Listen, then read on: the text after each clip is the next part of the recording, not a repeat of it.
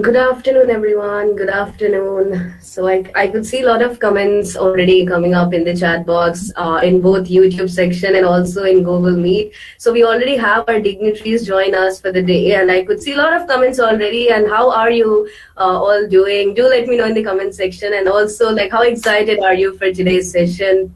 It's really amazing to see all the PhD scholars and to be hosting such a great induction today. So I would like to welcome all of you to this amazing freshman induction today. And guys, do let me know in the comment section. Yes, we are live on YouTube channel as well right now. So for all the scholars, even on the YouTube section, hello everybody, good afternoon.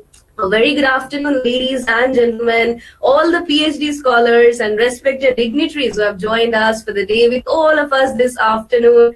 And I would love to see a lot of people. Oh my God, that's amazing here in the YouTube section as well. So I welcome you all to this amazing and an absolutely enrapturing session this afternoon on new normal after COVID pandemic by none other than our dignitary for the day, will be joining us soon onto the live session. Yeah, and introducing about myself, my name is Chanda Harshita, pursuing my BTech Computer Science with specialization in Artificial Intelligence and Machine Learning. Going to be the host for this afternoon, and it's such a great pleasure hosting you all today, and would love to welcome you all to this amazing session today. And okay, I could see a lot of responses on the YouTube section and also in the Google Meet, and that's amazing. Good afternoon, everybody. Do let me know, like, how excited are you for today's session, right? I think all of you might have already attended the previous sessions of the freshman induction, and it's really amazing to be attending series of freshman induction sessions like this, to know and to have an insight of what exactly is going to happen. So I feel extremely elated and delighted to welcome all the PhD scholars to this freshman induction by one of India's most reputed and renowned universities, of course, the family of lovely professional university, to further sharpen your intellect, elevating and uplifting you all to the unparalleled depths and heights with its unique passion in giving wings, to your dreams and making you propel to even greater horizons, making you reach to altogether a new horizon, causing immense transformation and transmigration in all of you present over here. So do let me know, like, from which place are you all from, and also which state are you from. So are you all scholars here in the meeting? Can I see some response in the chat? Like, I want to know, like, which state and place you all are from, and also do let me know the domain and specialization you are going to take the PhD in. Okay, so I could see like Punjab, Tamil Nadu. Okay, that's amazing. I mean, one in the west, east, north, south. Okay, oh my God, there is a lot of cultural diversity, which happens in lovely professional university. Oh my God, Kashmir, Indore, Chennai, okay, Jammu, and oh my God, that's amazing. The chat section is just inundating away, and yeah, that's amazing. Okay, Lucknow and Jammu. My God, that's amazing. I mean, a lot of cultural diversity. That's amazing. Okay, guys, also let me know, like, how excited are you for today's session? Because now having the unmatchable zeal for his unfathomable learning, immense energy, enthusiasm, and exposure, and with a lot of expertise in the field, guys, he has done more than 50 plus certifications and specializations on IoT, augmented reality, and gamification, also ML from University of California and Wharton School, University of Pennsylvania. He was appointed as an assistant controller in technology in 2001, Ministry of IT, Government of India by the Honorable President of India, which becomes such a great privilege for all of us to have him today. And he has authored 6 amazing books on different domains like IoT, mobile robotics, biomedical sensors, and many more like this. And he has also a count of 88 plus published patents, out of which 6 are already granted. And guys, I'm talking about our dignitary for the day. So ladies and gentlemen, with that said, without any further ado, let's all put our hands together and welcome our very dynamic, mind-boggling, and an absolutely awe-inspiring personality, a TEDx speaker, chairman, Associate Chambers of Commerce and Industry of India, Executive Dean, lovely Faculty of Technology and Sciences, Dr. Laviraj Gupta, sir, onto this very virtual platform. And over to you, sir. I would like to take the privilege to handing over the session to you. Thank you so much. Thank you, Chanda. I really appreciate the kind of vibrance, the kind of energy, and the kind of enthusiasm you have. I really appreciate that. Thank you. First of all, I want to see the faces. So put your cameras on, please, if you can.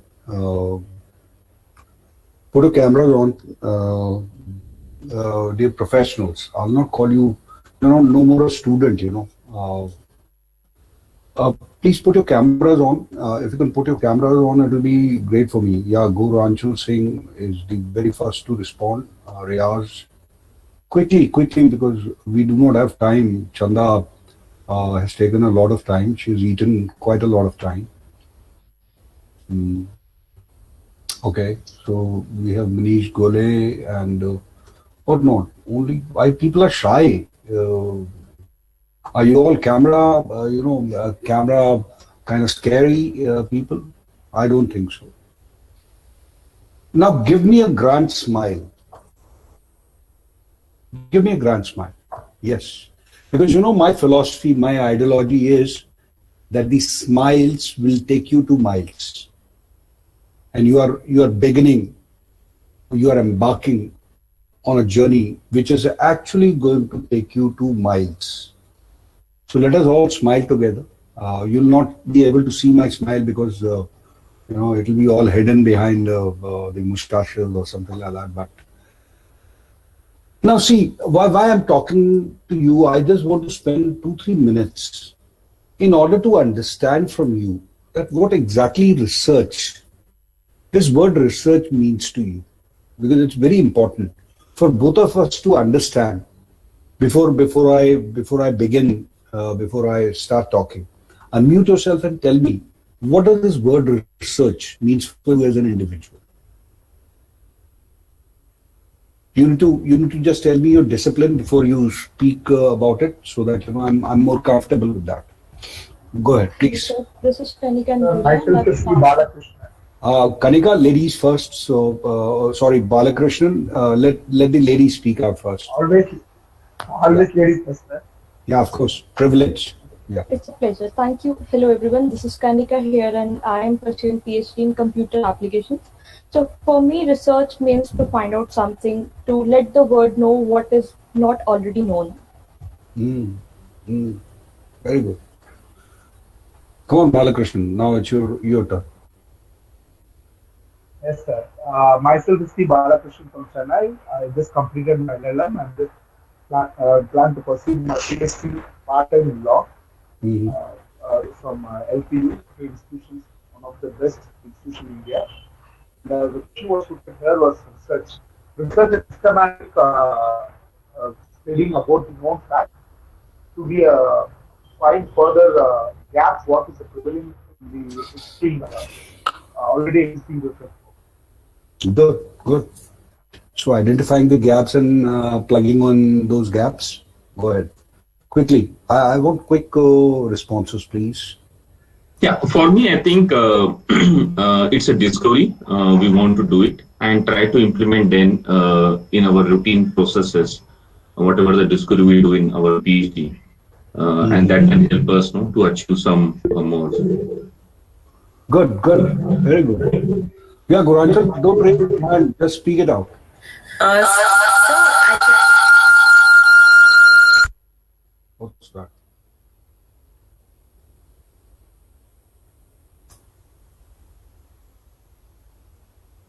Faster.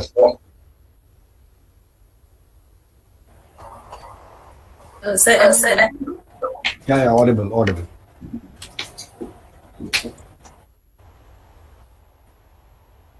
Guranchal, you're audible. Go ahead. Speak it up. I don't think it is audible. Yeah, audible. You are audible.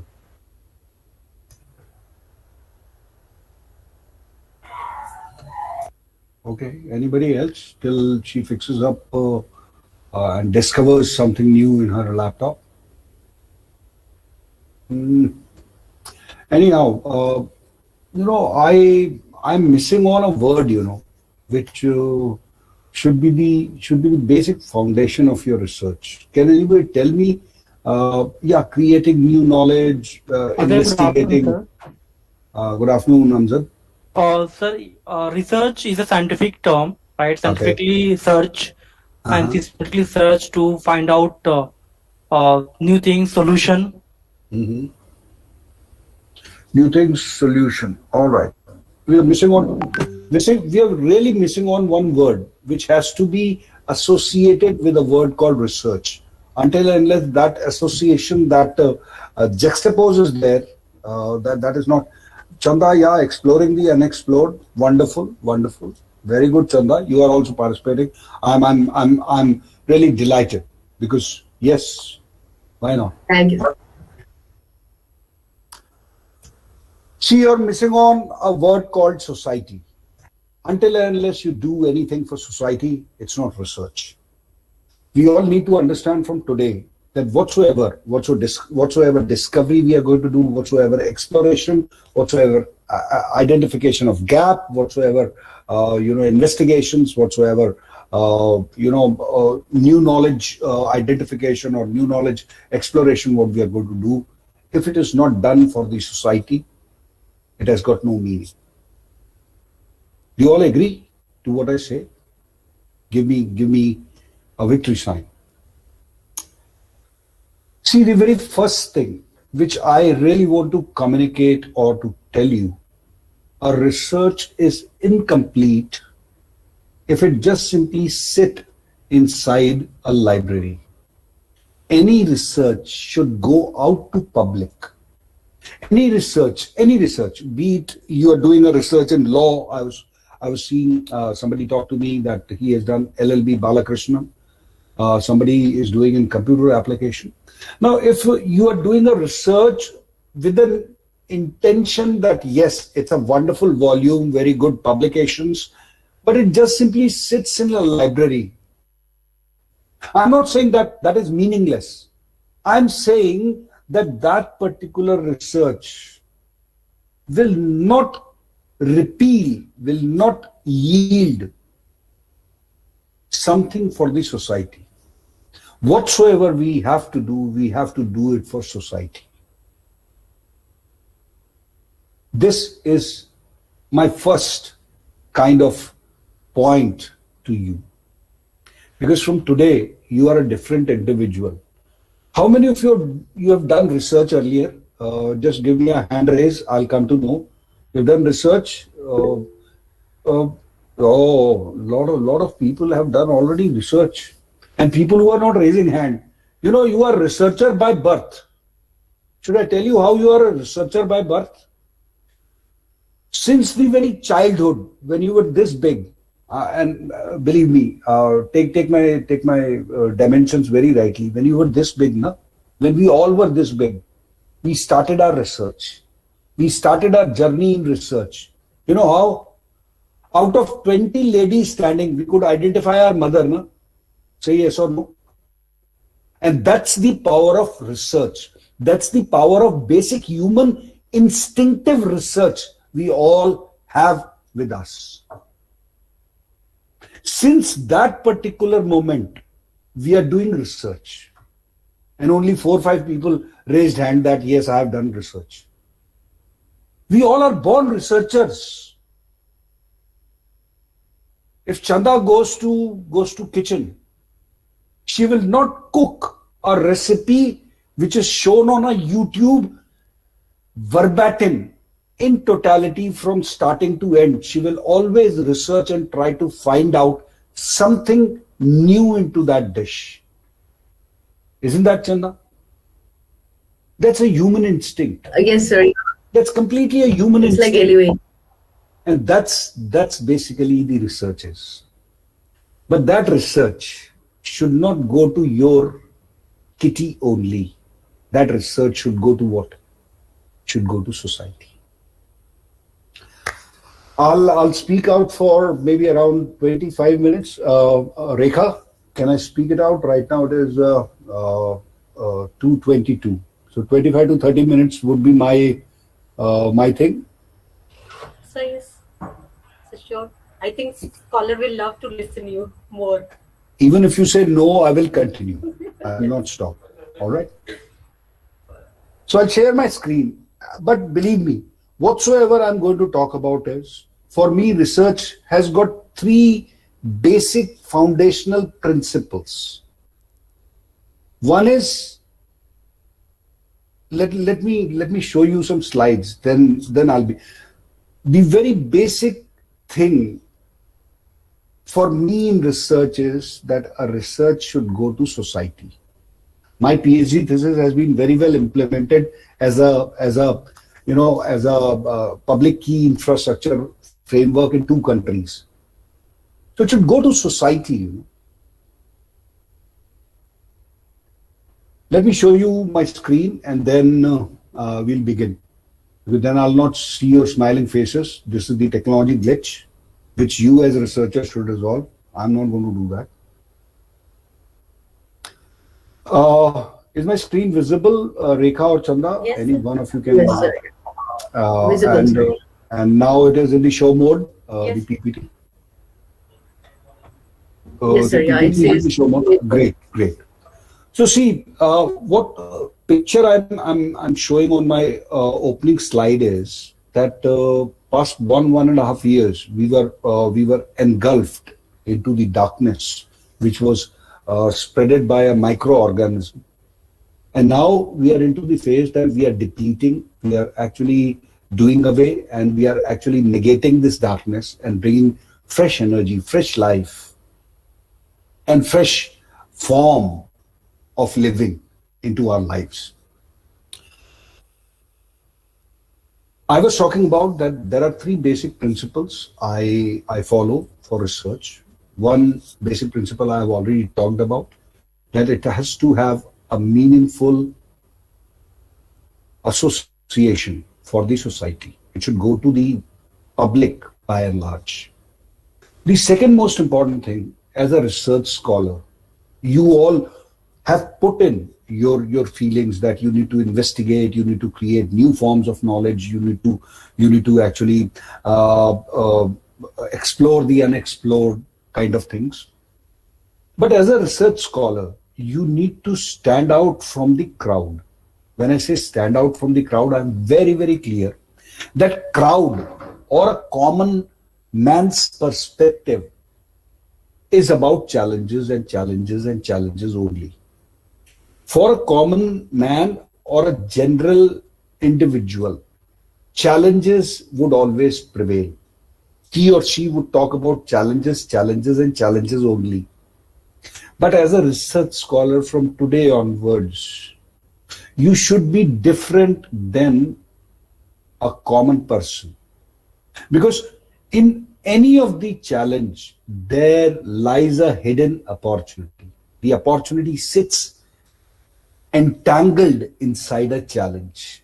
As a research scholar, from today itself, you need to be different, and you need to dive deep into that challenge and extract an opportunity out of that challenge. That is my second motto of research. A, be away from a common man's perspective. That challenge and challenge and challenge is there. In any of the challenge, there'll always be an opportunity, and you should be having that eye to identify that opportunity and work on that opportunity. I'll give you an example, which is very, very close to my heart. See, this video went viral. And people were cribbing. People were actually creating loads of negativity around this particular video, and they were saying that what is going to happen in future? How do we know that the food delivered to us is intact or not? How people have gone down in terms of ethics and morale. So let people talk about challenge. The people with the bent of mind of research, the people who are standing out from the crowd, gave away the solution in just 6 hours and 40 minutes after this video went viral.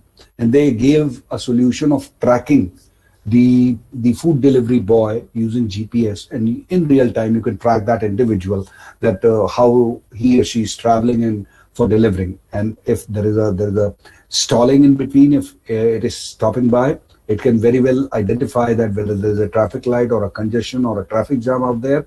So you can be rest assured that the food delivered to you is untampered. But people didn't stop here. People didn't stop here, and they identified another opportunity in this whole scenario.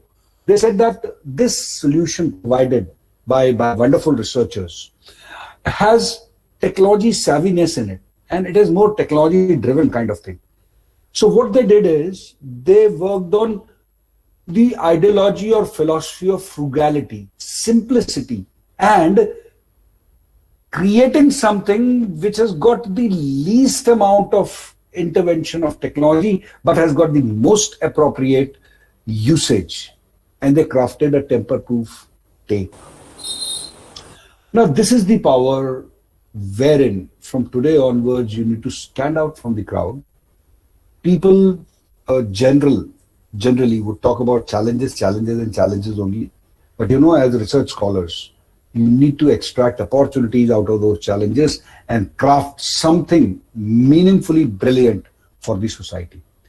I'll take you through a quick, challenges which this COVID-19 came up with, but I'll talk about one of the grand opportunities which I personally figured out of all those challenges which I'm going to talk about.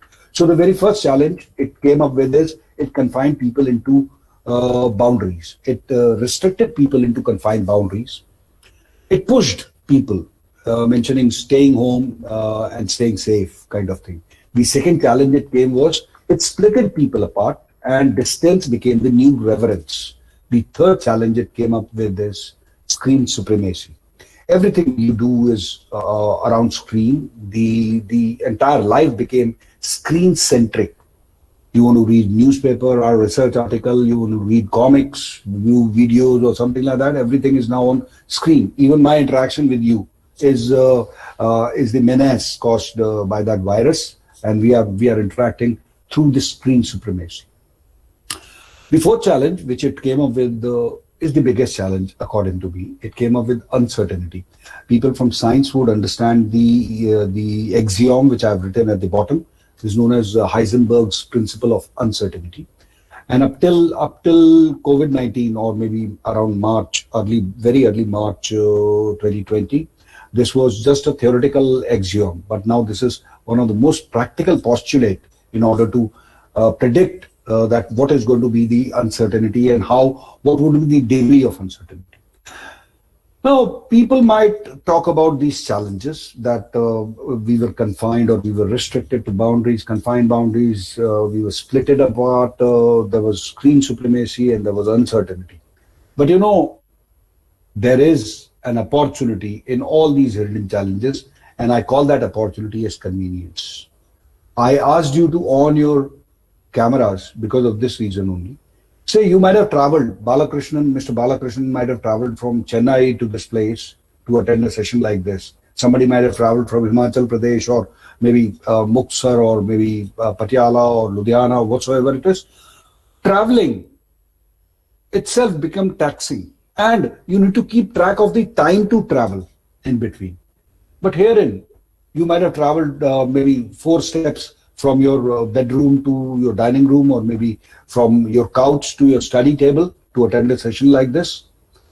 Now look to the power of convenience. The second convenience which it came up with, I was seeing your cameras, and every one of you was sitting in a very relaxed surrounding. It is so convenient a milieu around you that you can focus like anything. Otherwise, you might be thinking, oh, where do I get a cup of coffee? Where do I go get biscuits? Where do I get Maggi noodles? Right now, everything is around you, and you are in a very relaxed surrounding. All the sessions which you're going to attend, all the interactions, even with your supervisors or with DRP or with anybody, they'll be recorded and they'll be archived. You can, if you want to see this session, God forbid, if you want to see this session, and you can replay it multiple number of times until unless you get the best out of it, and that too at 2 o'clock in the night. Now, these are the kind of conveniences. Believe me, people generally will talk about challenges only. But from now onwards, you are going to talk about opportunities, opportunities, and opportunities only. This is my second point of thing. So let's keep learning. Actually, let's catch on this convenience and keep learning. I'll give you my theorem of life. Actually, this is my theorem of life. Go to Google. You will not find this OE square theorem anywhere else. This is my aboriginal kind of thought. I may not be absolutely perfect in it, but I do not even claim to be perfect in it. But this is my kind of thought. That from today onwards, if you are really into a meaningful, viable, tangible, societal research, you need to follow this OEE principle. The very first thing is start observing things in a different way. Anything around you, anything and everything around you has got a scientific, philosophical, psychological association. The only point is that you need to observe that happening with a different eye, completely with a different eye. Make this entire world your observatory, because only your observation will make you different, completely different from others. An example: if you show this picture to a common person, a general man, a general perspective oriented kind of an individual, he'll just simply say, okay, there's a rickshaw puller driving a rickshaw and there's a pillion sitting. But now there is a very different point of view which can be generated for science oriented people, maybe physics or computer science kind of people can very well look into law of parallelogram of forces. And you can identify that why this rickshaw puller is inclined forwardedly in order to balance his center of gravity and center of mass for the most appropriate force, most efficient force to be put on the pedal so that he can drive with ease. Start observing things in a different way. The second is start creating small, simple, little experiments around you. See, all the experiments, they do not need rocket science. The experiments not always need, high-end gadgets and, precise equipments to measure things. Experiments can be established simply around you, because only the experiments, they let you dig information. And as a researcher, as a research scholar, your basic dogma would be that you'll convert the data into information, translate that information into knowledge, and finally transcribe that knowledge into wisdom. Until and unless you establish experiments, the information is not going to come out. You might ask me a question, sir. You are saying that how do I establish an experiment around me? Yeah, you can establish. I'll tell you. See, if you tear your roti with your right hand, start tearing the roti with your left hand. Isn't that you have established in a wonderful experiment by which you can actually gather whole load of data about yourself, your mental left and right cortex, and its association with your left and right hand. Believe me, if you establish this experiment, which needs no rocket science, which needs no high-end gadgets, which needs no precise equipments to measure things, but still it will reveal loads of information and would let you build an information or knowledge and wisdom out of it. I'll give you an example. See, small little observation and small little exploration or experimentation is the outcome. If you see on my screen, somebody observed that if somebody wants to drink maybe cafe frappe or juice around, putting down the mask makes an individual highly vulnerable to the virus or to COVID-19's attack. So what they did is they established a small experiment kind of thing, and now this reduces drastically the vulnerability of an individual. So you need to start observing things in a different way. Start establishing small little experiments. Even if you're doing research in English literature, then you can start building experiments, Start building experiments that even if you have bought, peanuts, you might be having a envelope in which those peanuts are placed. Try to establish an experiment that let me figure out from which book or from which newspaper this particular paper has been extracted. Isn't that an experiment? But that will actually meaningfully change your observations. The third thing, which is very important in today's context, is start exploring. Start basically exploring around, because nothing in this world belongs to one discipline. Even if you are pursuing your PhD in law, if you can explore computer science and include artificial intelligence and machine learning for any kind of decision making or creating recommendation engines, your research would travel to various parts of this world. So you need to collaborate. You need to, if you're doing it in computer application, computer science, electronics, then nobody stops you to talk to people from agriculture, people from maybe biotechnology, people from fashion designing, so that you create a perfect confluence. And this is how your research is going to be meaningful and societal. World has moved from interdisciplinary research to multidisciplinary research, and now we are in the age of transdisciplinary research. So your research should not be just around a thin straight line. It should be vivid, wide, and you have opportunities in LPU where you've got all the disciplines, almost all the disciplines available, where you can get the experts to work on.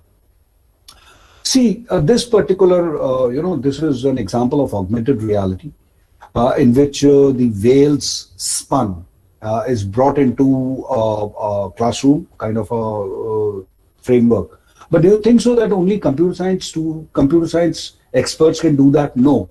It needs experts from geologists, marinologists, whale and shark experts, fish experts, then fluid mechanics experts. So loads of people, they come together to form something which is called as perfect. I'll show you one more example, which is actually a very latest happening, which made all of us proud at LPU and the entire country proud. See, a javelin thrower, with his skills and with his practice, he can throw a javelin to an extent. But if it is associated, if it is supplemented, if it is supported with basic laws of mechanics, with basic postulates and axioms of biomechanics, blended with computer vision, artificial intelligence, and machine learning, deep learning kind of routine, that individual can very well be modified for the optimal pull distance, step length, what should be the optimal release velocity, what should be the optimal release angle, and then finally you create golden boys of this country. He's one of you because he's the student of LPU. But believe me, when you supplement technology to anything, when you supplement or when you explore and bring various disciplines to participate for a particular thing or for a particular process, that process would surely going to be more efficient, more precise, and more workable. Another example, this what I'm talking about is a PhD work. I know this group and I know the other group also, which I'm going to give you an example. 12 to 15 years earlier, the wings of the aircraft were just straightened. Now, what they have done is that looking to the flight of eagle, they studied how eagles can stabilize, and they came out with a curvilinear, blade which should be associated by the end of this wing. And by this extension only, the fuel consumption is reduced to 23%, and the stability is increased to maybe around 40% of the entire aircraft. This is a work of doctoral degree. Now this has really gone to public, and now you cannot see an aircraft with a straight wing. It will always have a sharklet. This is known as sharklet. It will always have a sharklet at the end. I'll show you a video and then tell you what is the power of doing doctoral research. What I'm showing you is a doctoral research.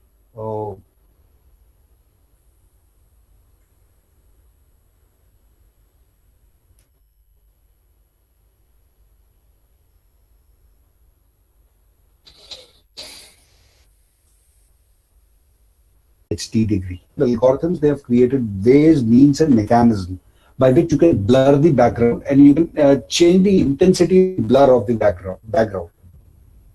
See, that this research is now sitting in your mobile and anybody else's mobile. How far this research and how far the outcome has gone.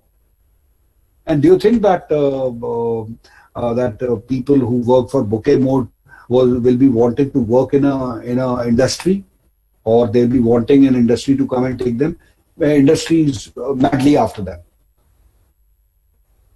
With all these things, with the OE square theorem, that observe, experiment, and explore, take your research to the meaningful societal level, identify challenges, convert them into opportunities, and so on and so forth.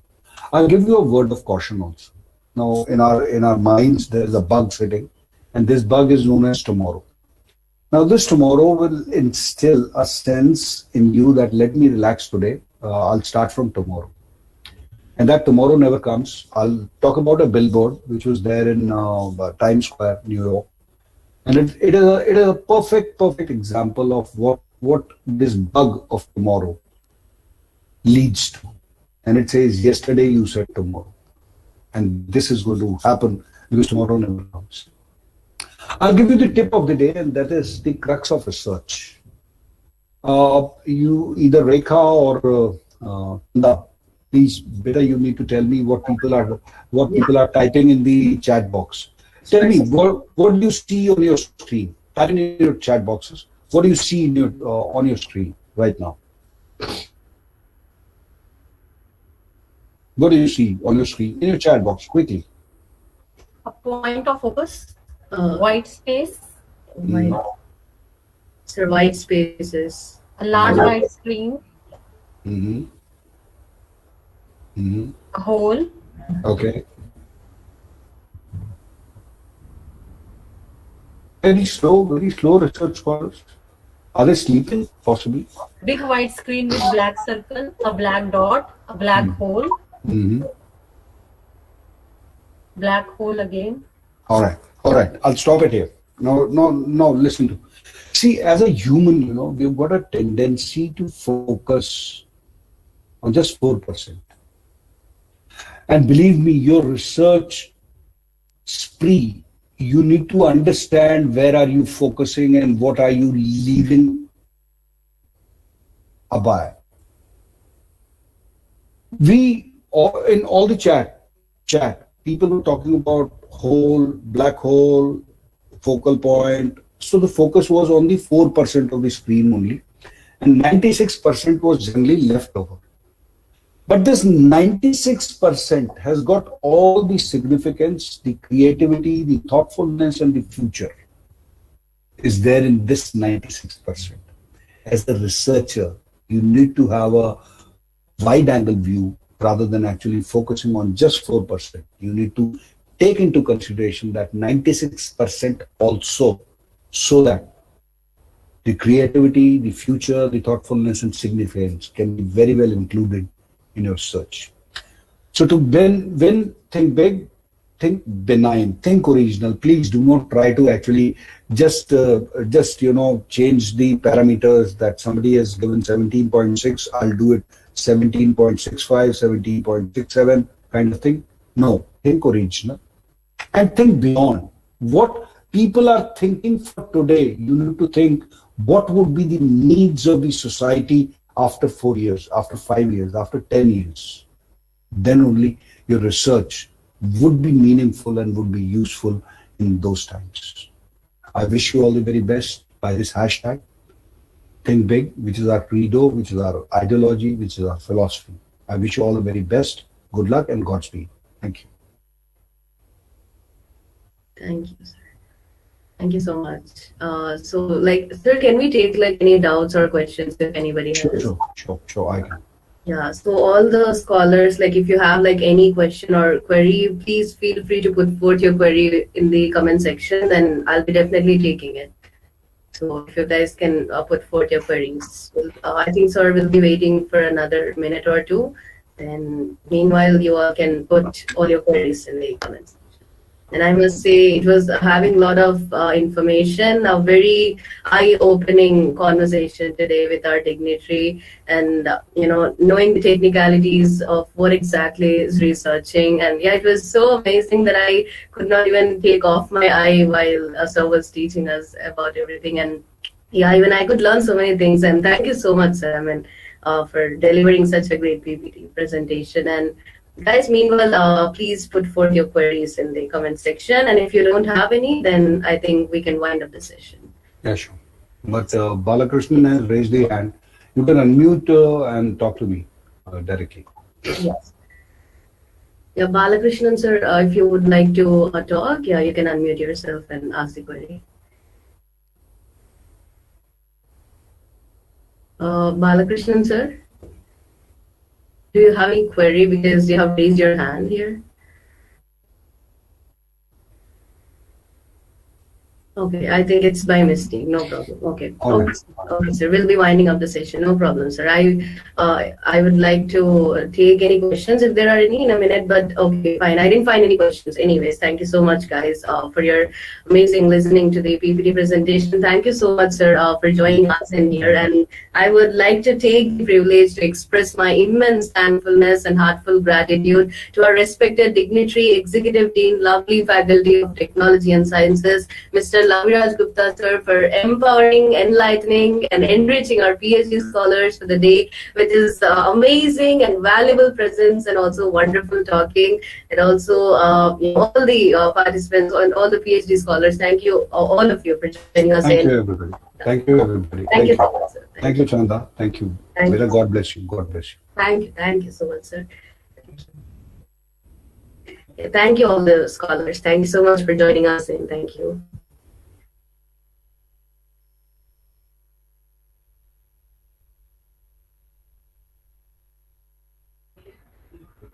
Chanda, you can interact with the scholars till Dr. Dharambuddhi joins. Sure. Yeah. He will be joining with, and just he has joined. You can Yes. start with. Yes, ma'am. So I was just putting the link of the YouTube channel because so many people are asking. So if the backend team can put the YouTube. No problem. You just go ahead. No problem. Yeah. Okay, great. Okay, guys. So we are moving forward to the next session now. So we already had a very great session with our dignitary for the day, and we are moving forward to the next session now. And I hope everybody is as excited as you guys were before. And now we will be having a session on research facilities and opportunities in lovely professional university, as everybody is into the domain of research. So to give an insight on the same for the day, guys, we'll be having our dignitary join us. And also do let me know now how excited are you for the next session. Come on, let us see a lot of excitement, enthusiasm inundating in the comment section over here. I can already see in the YouTube section and also as Google Meet section. So yeah, get yourself charged up back again because we have another continuation session by our next dignitary. So yes, very excited, Riaz. Okay, I have only Riaz in the meet. Come on, what about others? So let us respond with a lot of enthusiasm now. Okay, a lot of excitement already coming up here in the both sides. But yeah, that's amazing. So we'll be moving forward to the next session, guys. Now, yeah, Muhammad is very excited. Okay, Guru Nanchal and Sheikh Muzaffar, Yash Chandal, and all of you. That's amazing. Keep up the same pace throughout the session and feel very excited and keep up the exuberance.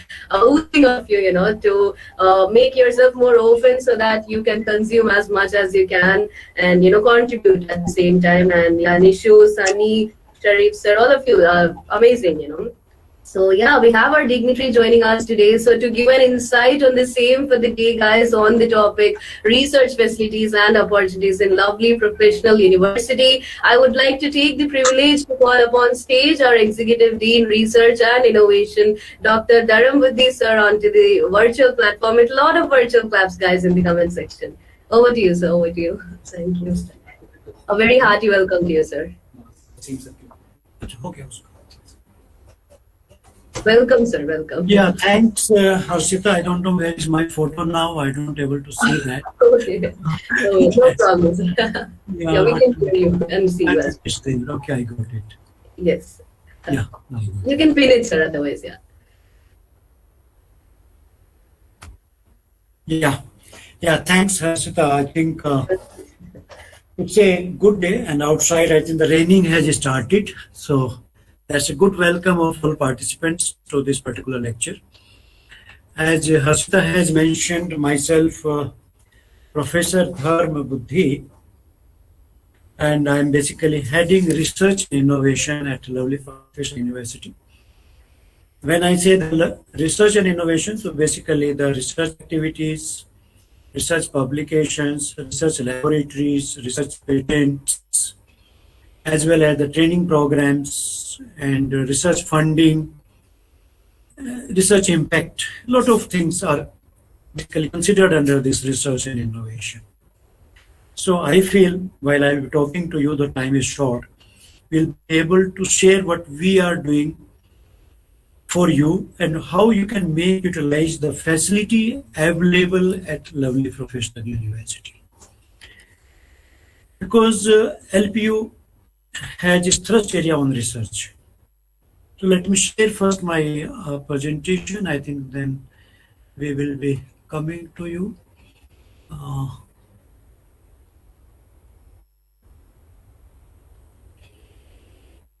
Because it should be the entire screen. It's not. I think it's the share rights are there. Yes, sir. Yeah, anybody can share, sir. Yeah. It's not perhaps taking to them. Yeah, it's there. Yes. So share it.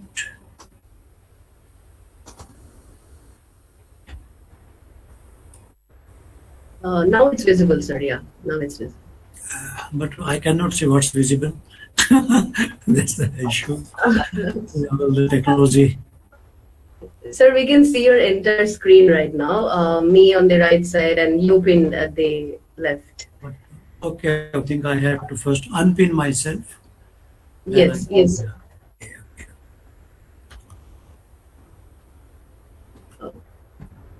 Yeah, now it's there. And there is my presentation. So you just show your presentation. Just click on your presentation. It will automatically come to the screen. I'm just looking for where is that.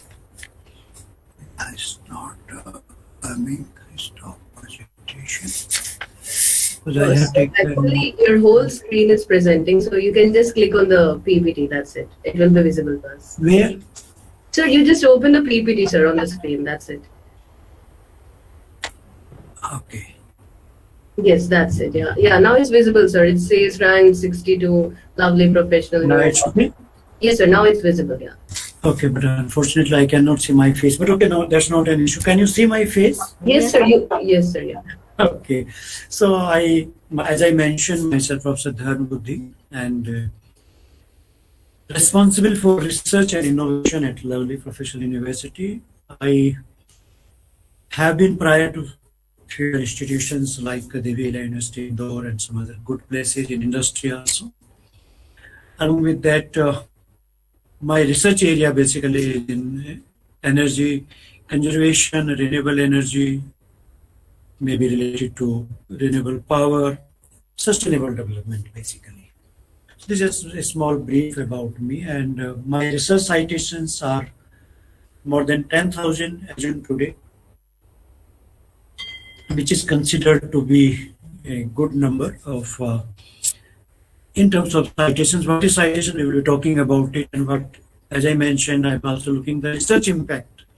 So how these citations are helping the research impact.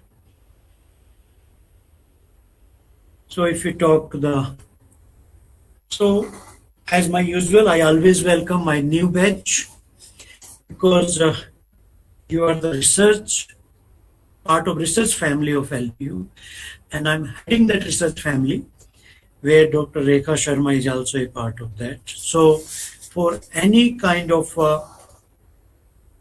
good or not good agenda, objective, you are always welcome for that. I never say the word bad. It can be good or it may not be very good. So you are always welcome to interact with me or with Dr. Rekha Sharma or her team anytime. So all new joining research scholars. I welcome you at lovely professional family. And there are reasons to welcome you and congratulate. I have written one sentence here below the welcome, 0.5% above 2 lakh.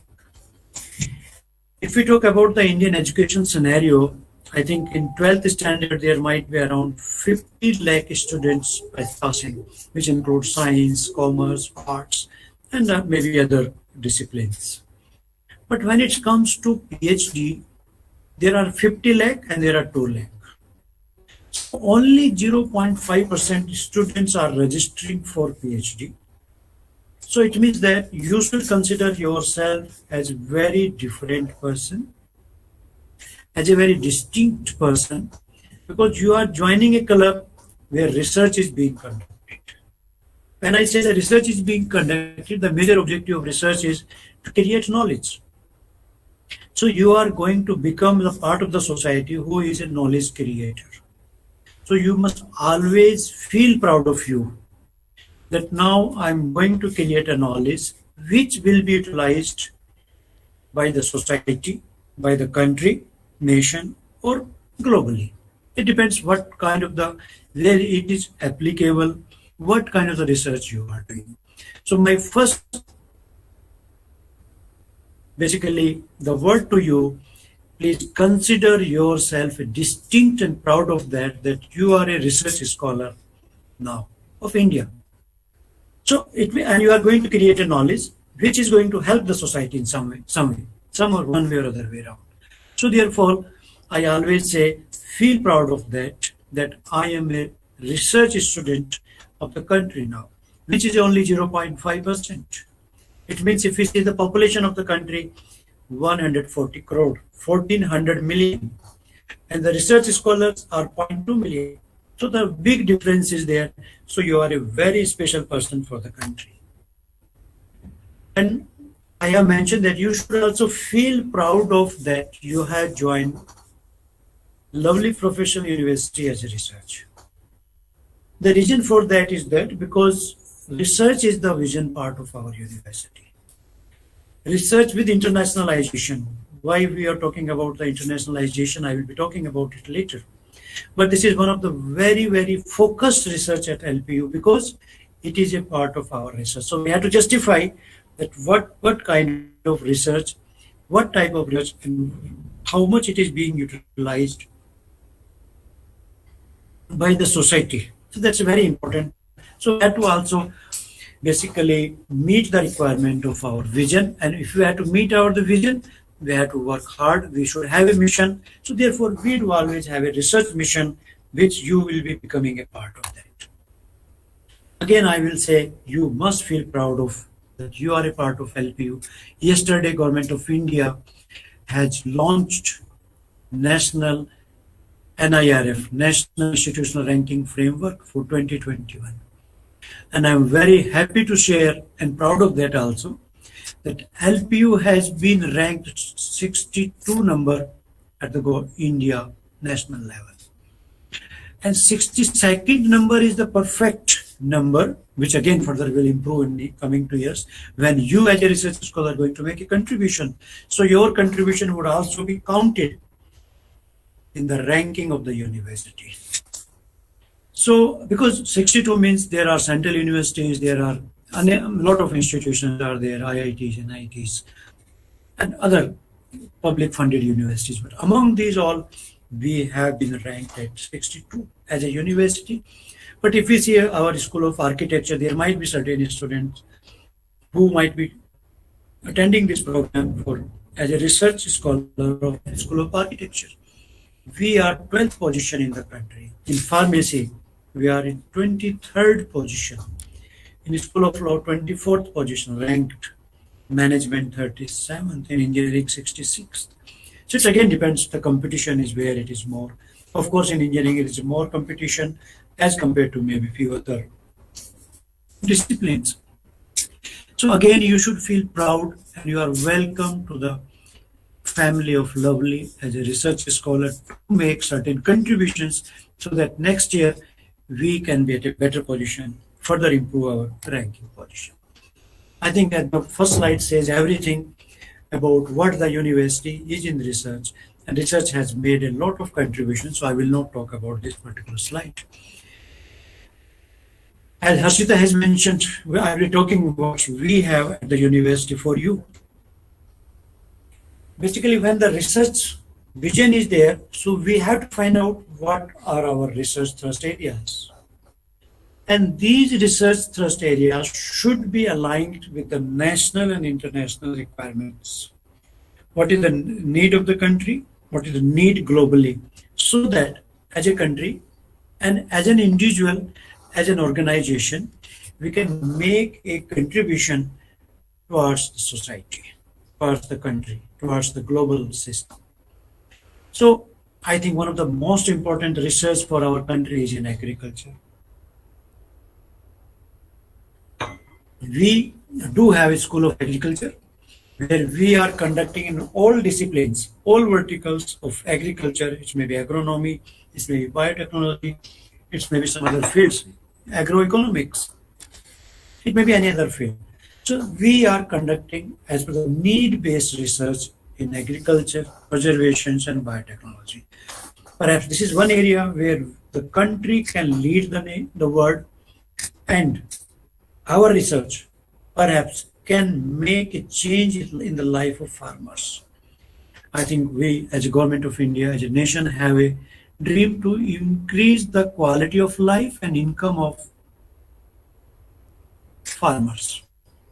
And I feel by your research, our research, we can make a change by providing certain new technologies, new systems, new process to our farmers to make their research more and more, to make their life more and more easy, quality, and better.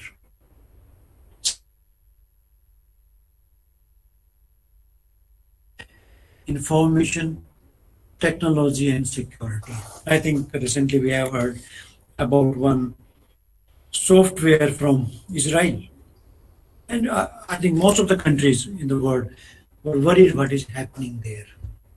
LP is also working in certain areas of security, data security, communication security, your personal information security, and information communication technology research through our School of Computer Science, as well as electronics and electrical engineering, and also in social sciences also, because it can also be certain, every subject can be part of technology, engineering, science, and social science, and management as a part of engineering or technology, or everything can be considered part of any discipline. And the way you are conducting your research, the way you are taking the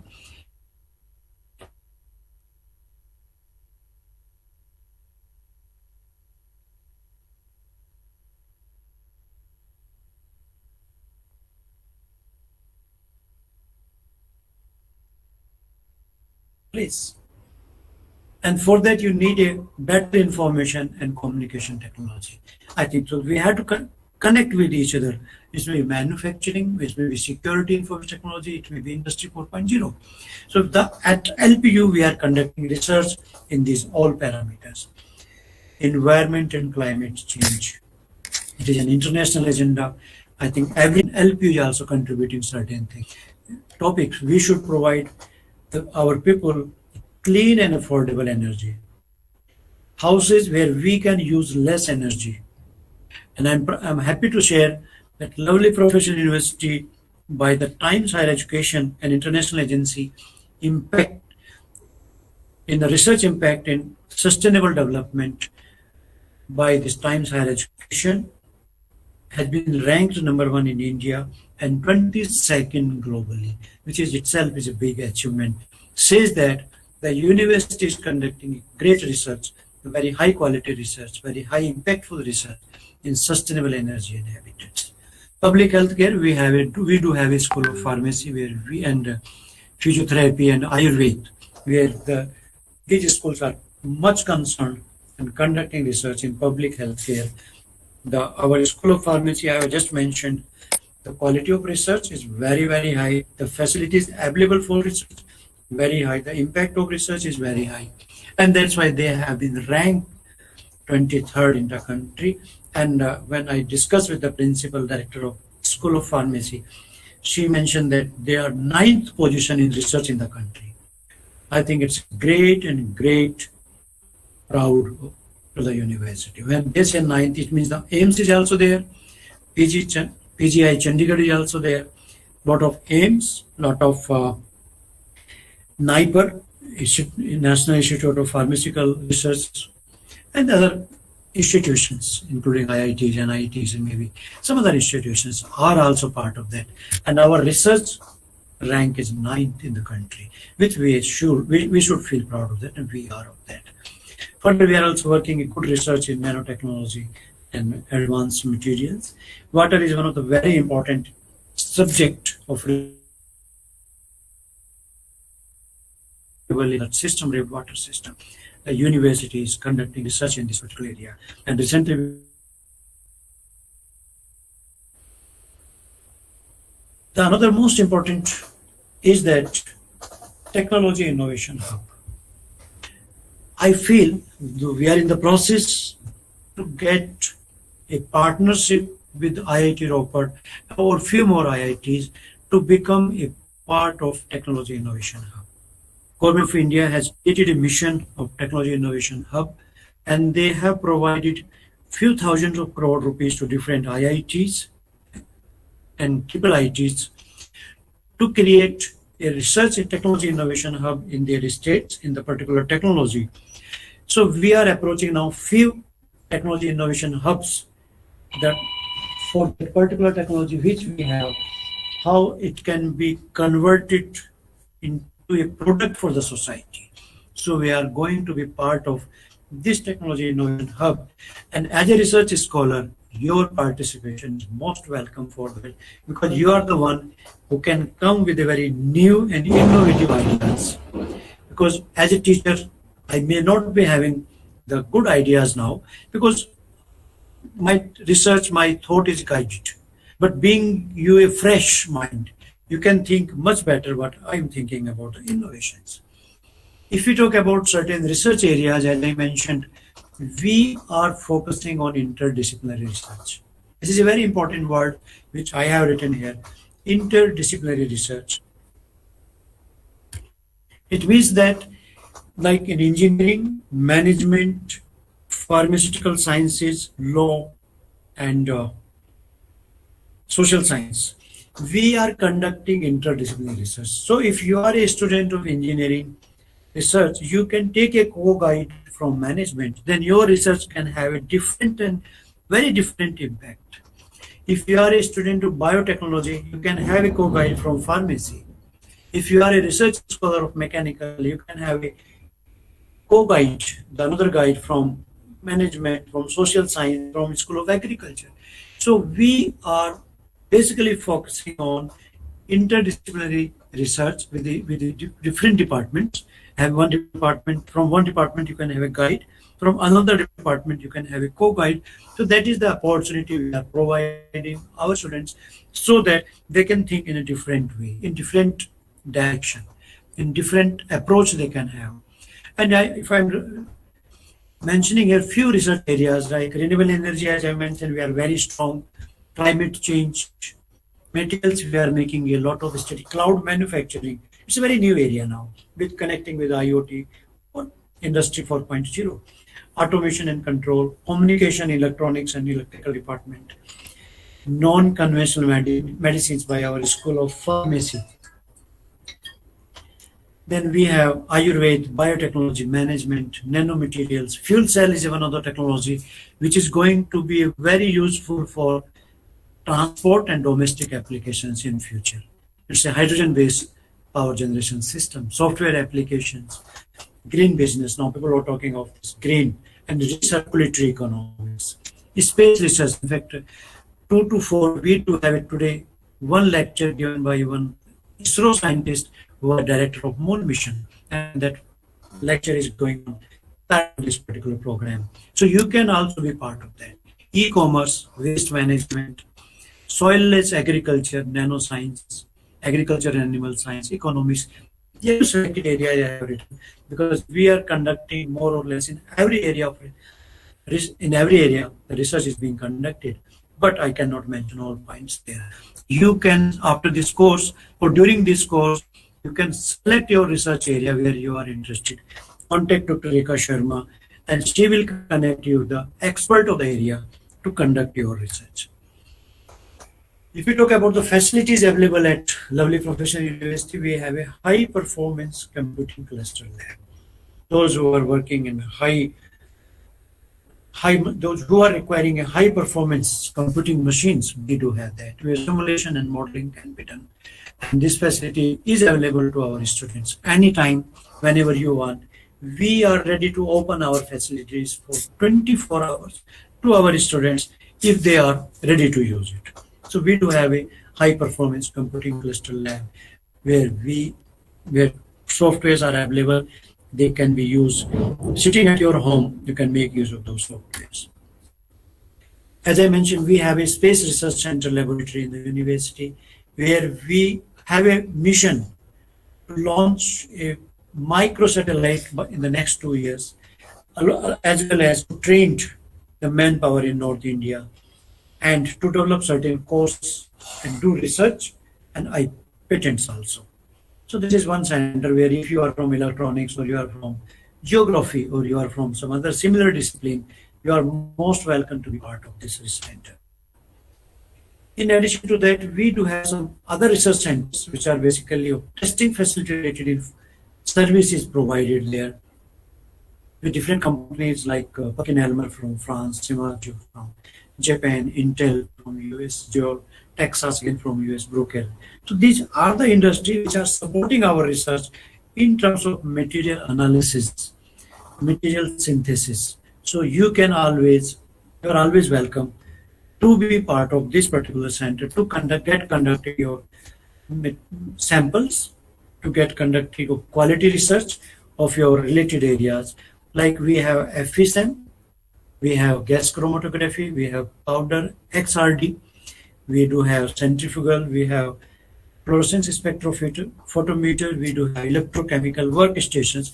If you want to see where I can make use of that, you can go at LPU website and you can write Central Instrumentation Facility. You will get all kind of information about these instruments, where and how I can make use of that. And this is another photograph of the research facility. This facility is one of the best, I think, in Punjab, and maybe in nearby area of North India. And the university has invested a huge amount to create this particular facility, which is very automatic, providing results of high precision, and can make you to provide a better results for your research papers, for your research. And if your results are better, definitely you can publish your paper in a good quality of journal. I'll be talking about that, to whom we called a good quality of journal. We do have an animal house in the university, in particular for biotechnology and animal and pharmaceutical studies. They can make use of that as per the guidelines of the Government of India.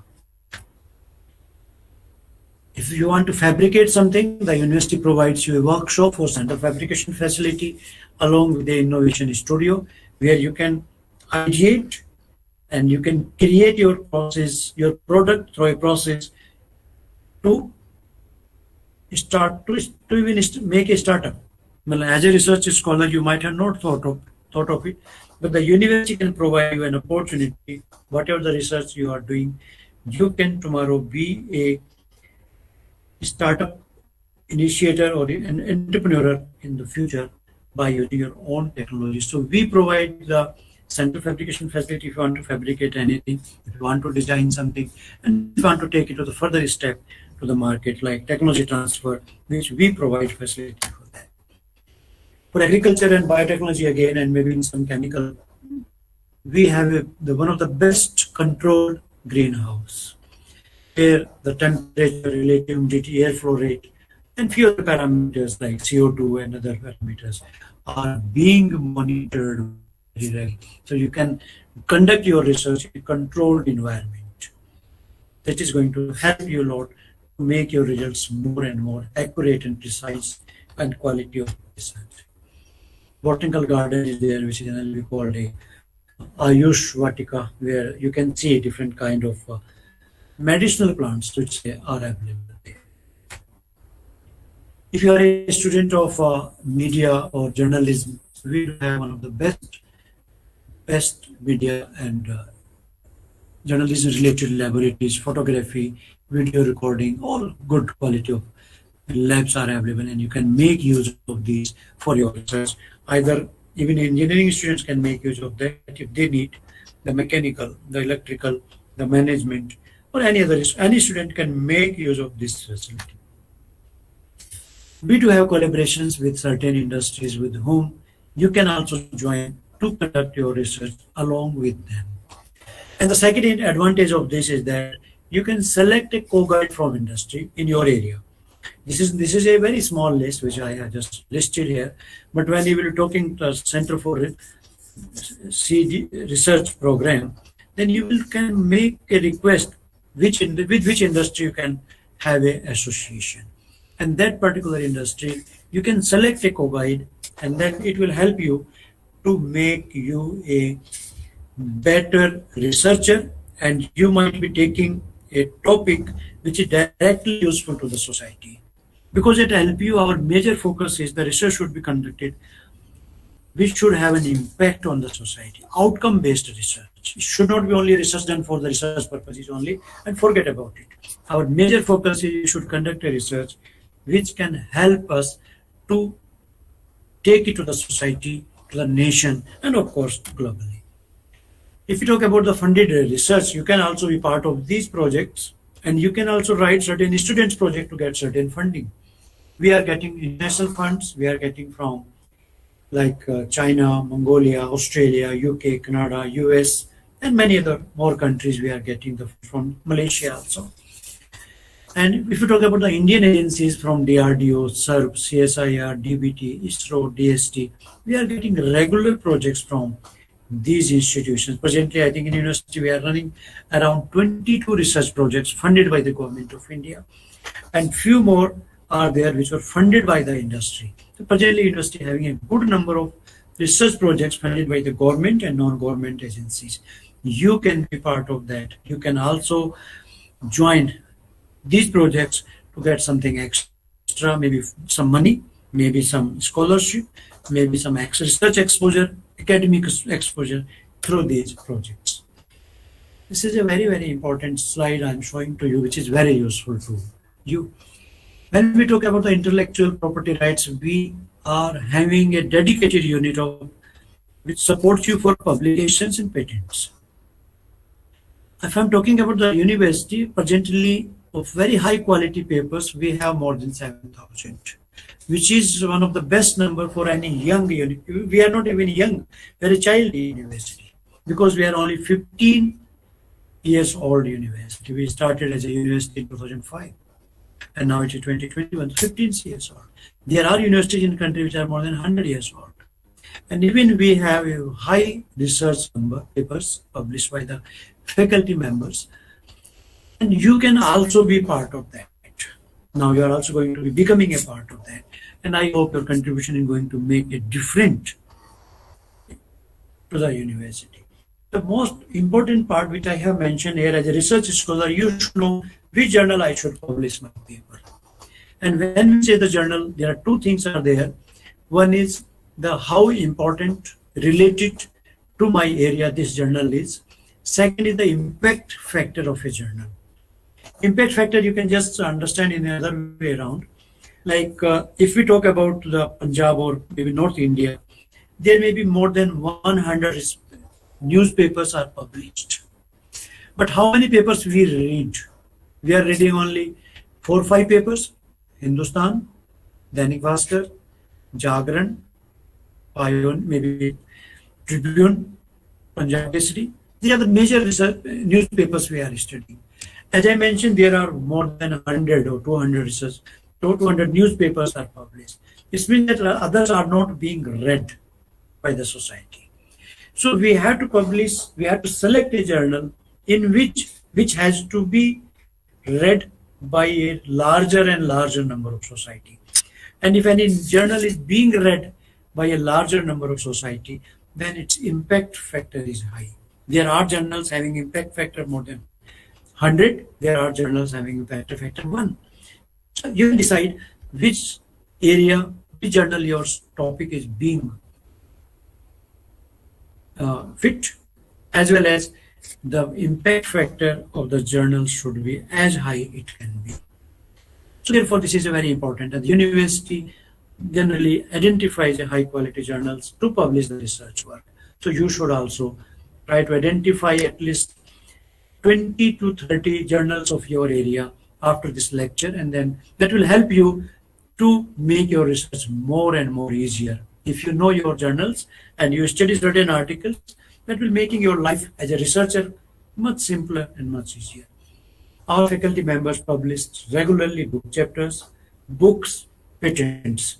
As I mentioned initially, at LPU we are majorly focused on outcome-based research. And this outcome can be in terms of the society health, in terms other one research publication and patents, maybe design, maybe copyright, maybe a trademark, maybe a patent. So we help you. If you have any idea, please meet Dr. Rekha Sharma. She will connect you with the right cell to write properly your ideas, convert into patents.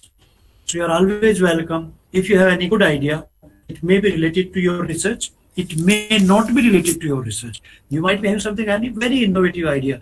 We will convert into a patent and file it, and we'll make all efforts to get it granted. So you are always welcome at the university to do such research which can have an impact in the society, and you will be one of the part of that. Another most important is the university has a very strong linkages with academic institutions and industry. As I mentioned a few industries earlier.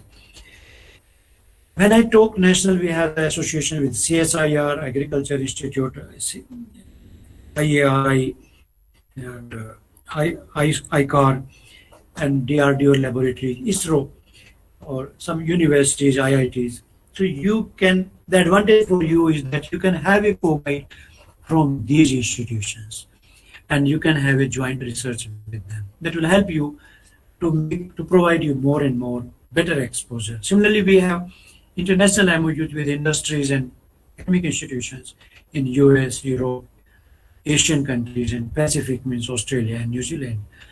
Again, I will say, you can select a that's the only objective of showing these slides. You can select a co-guide from these institutions where we have MOUs.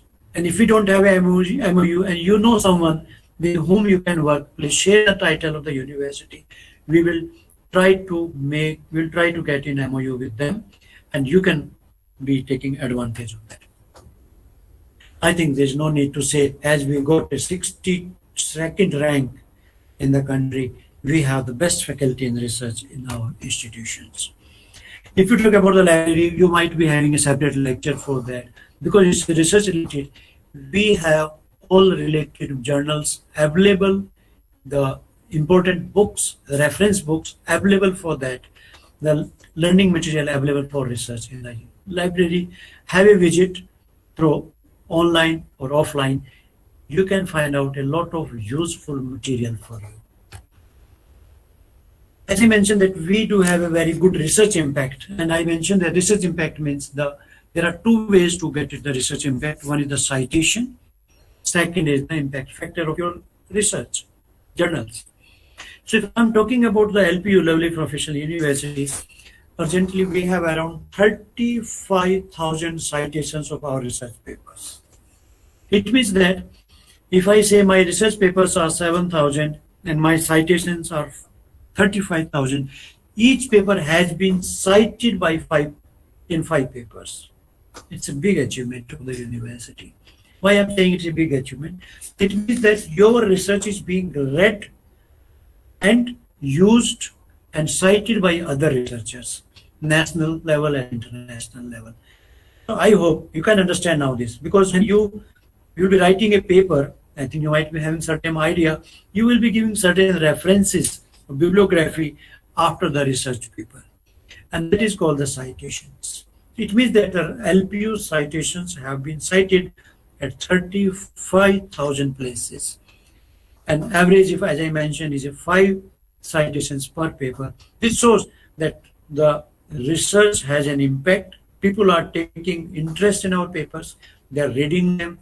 They are quoting them in their research, mentioning in their research, citing in their research. So I expect that you will also be conducting a good quality of research, which will be used in future by others. Which should be mention your name.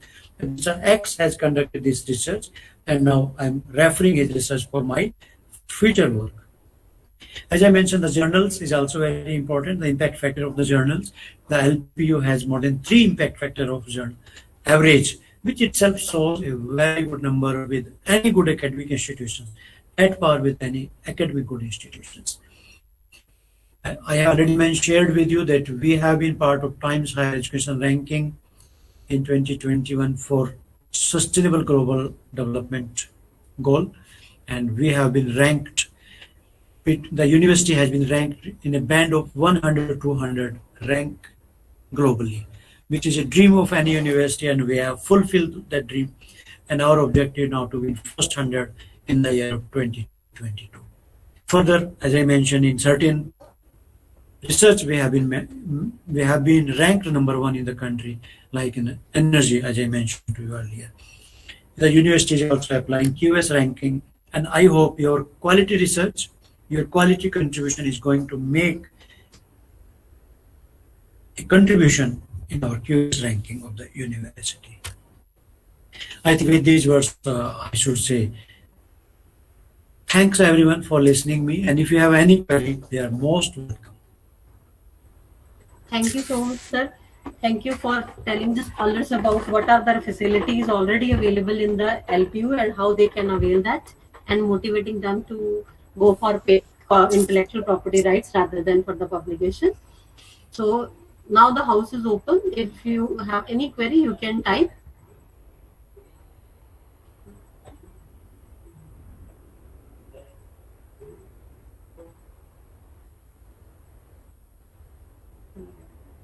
I think, sir, they have no query. They are only saying thank you.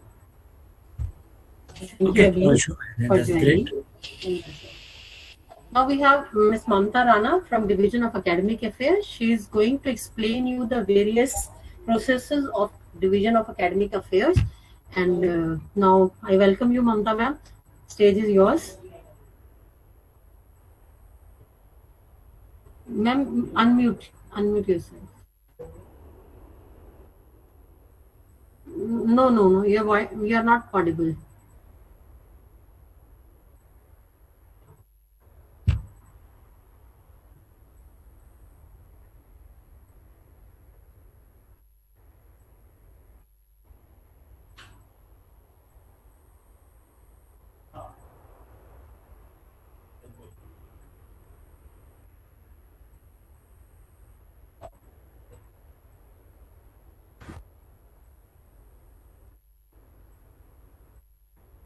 Unmute now.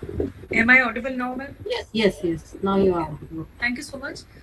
Ma'am, just wanted to just let me know whether my presentation is visible to you or not, right? Just a moment, I'll just present it, right? Thank you.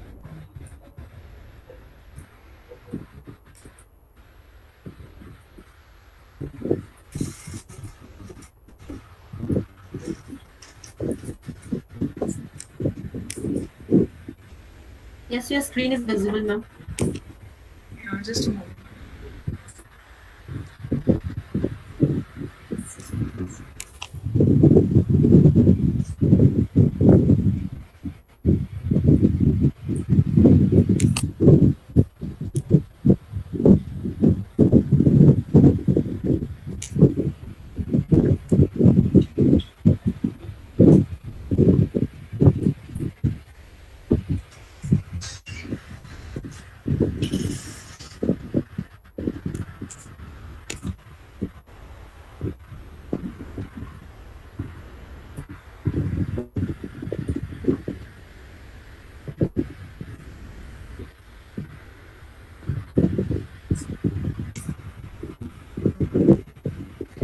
Ma'am, Yes, is it ma'am. visible? Visible. Thank you so much, ma'am.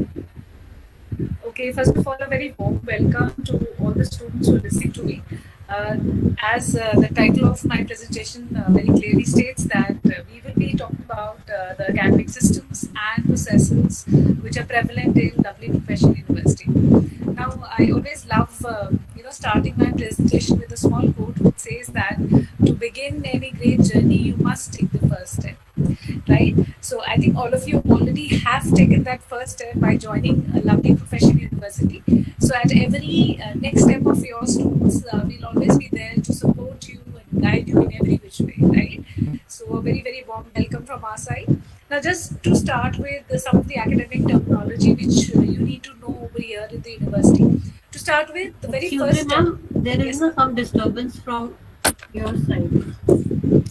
Ma'am, just a second. I think just give me a moment.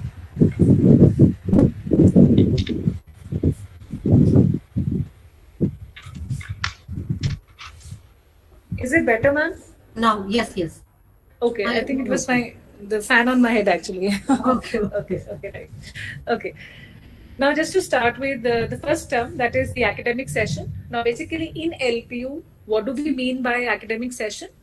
The academic session in LPU generally starts from July. This time we started in August. And for PhD, we have, different forms wherein, some students apply for a 15-day coursework to, let's say, an entire semester, right? So your session is starting from September right now. And the students who choose to have coursework in the second term, it starts in the month of January, right? So basically the entire academic session starts from July most of the times and it ends in the next May, right? And right now we are into the first term of the academic session, which is the autumn term. We call it the autumn term, which is term 1. And the second term is spring term, which is term 2, right? So we have 2 terms in an academic session. Now, next important term for all of you to know is a degree program. Now, basically, what is a degree program? It refers to an academic program that leads to an award of a degree, right? Now, in your case, I think during your admission process, by now, I think you're already aware that here in LPU, what do we mean by program? That means the name of your program right now is PhD, and in whatever discipline you are doing your PhD, right? So let's say if you're doing PhD in computer science and engineering, so that becomes the name of your program. Now, mostly, I think in other colleges, sometimes people call it course. People say, oh, which course are you doing? And they would say BTech or let's say MTech or PhD. So it's not a course over here. We call it the program, right?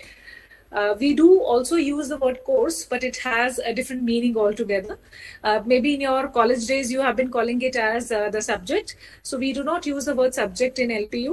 We call it a course, right? So basically, it refers to the subject of study. A course, every course which you will be studying will have a unique course code and of course a course title. Like in your case, all your courses will start from the letters GEN, right? For example, one of the courses is GEN 741, which is titled as Research Methodology, right? Next we have is the course syllabus and the instruction plan. Now, I think most of us know what course syllabus is, right? Which basically prescribes the content which is taught in a particular course.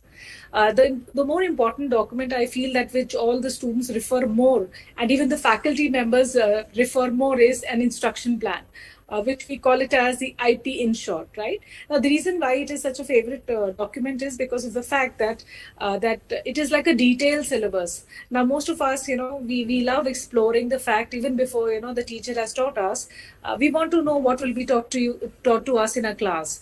Like, what are the topic which my teacher will teach today or let's say tomorrow or even throughout the semester, right? Or throughout your course. So if you really have that particular mindset and you have that curiosity to know things beforehand, so that instruction plan is the best document for you because each and every lecture, each and every tutorial or practical, let's say, whatever you will be taught that topic by your teacher is detailed there, right? And it is planned according to the weekly LTP basis. Now, what do I mean by that? I mean, let's say, for example, any of your courses has an LTP of 300. So it means that in a week, you will have 3 lectures scheduled for that particular course, 0 tutorials and 0 practicals, right? So this is what it is, we mean by weekly LTP, right? Now, every instruction plan of a particular course has other very important details like, let's say... excuse me, ma'am. Yes, sir. Screen is not visible fully. I think someone else is. Okay, let me just go back.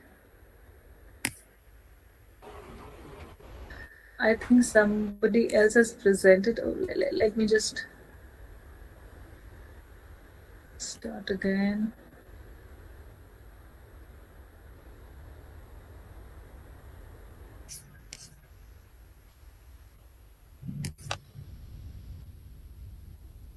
Okay, could somebody confirm? Is it visible now? Yes, ma'am. Now it's visible. Okay, thank you. Please do tell me in case it happens, because sometimes people accidentally click some buttons and the presentation goes for a toss basically, right? Okay, thank you so much.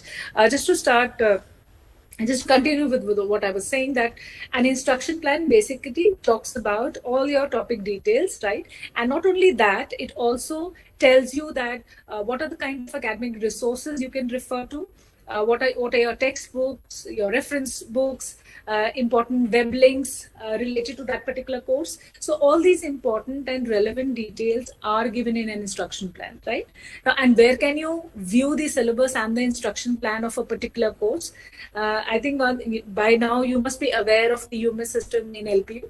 You will have a very, very detailed presentation by Dr. Rekha also, another hour or so, which talks about all the other important online platforms of the university, right?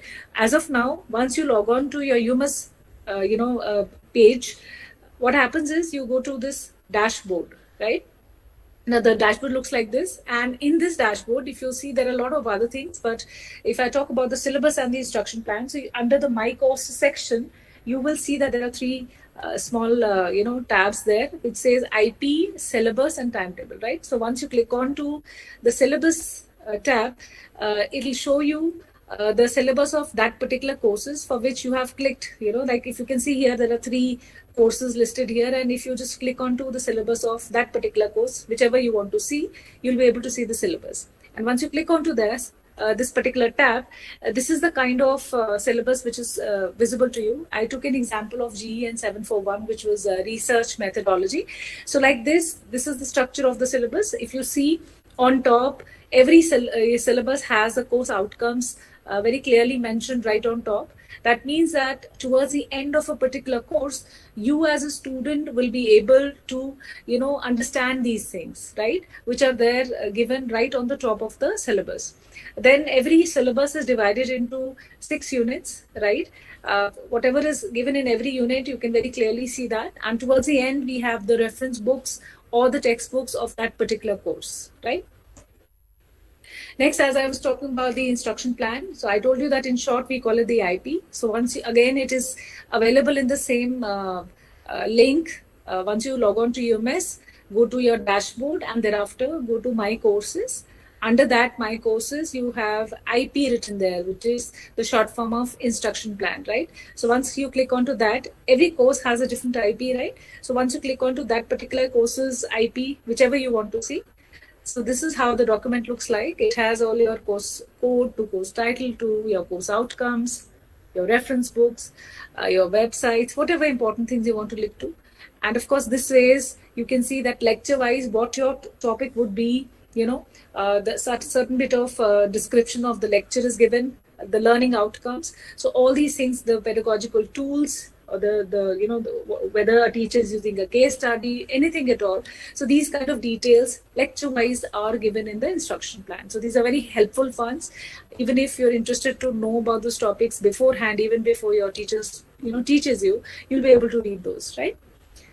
Next we have is the academic calendar. Now, once we are on campus, we really want to sometimes go back to, let's say, if there is a short break in between the semester, then you want to go back to your hometown.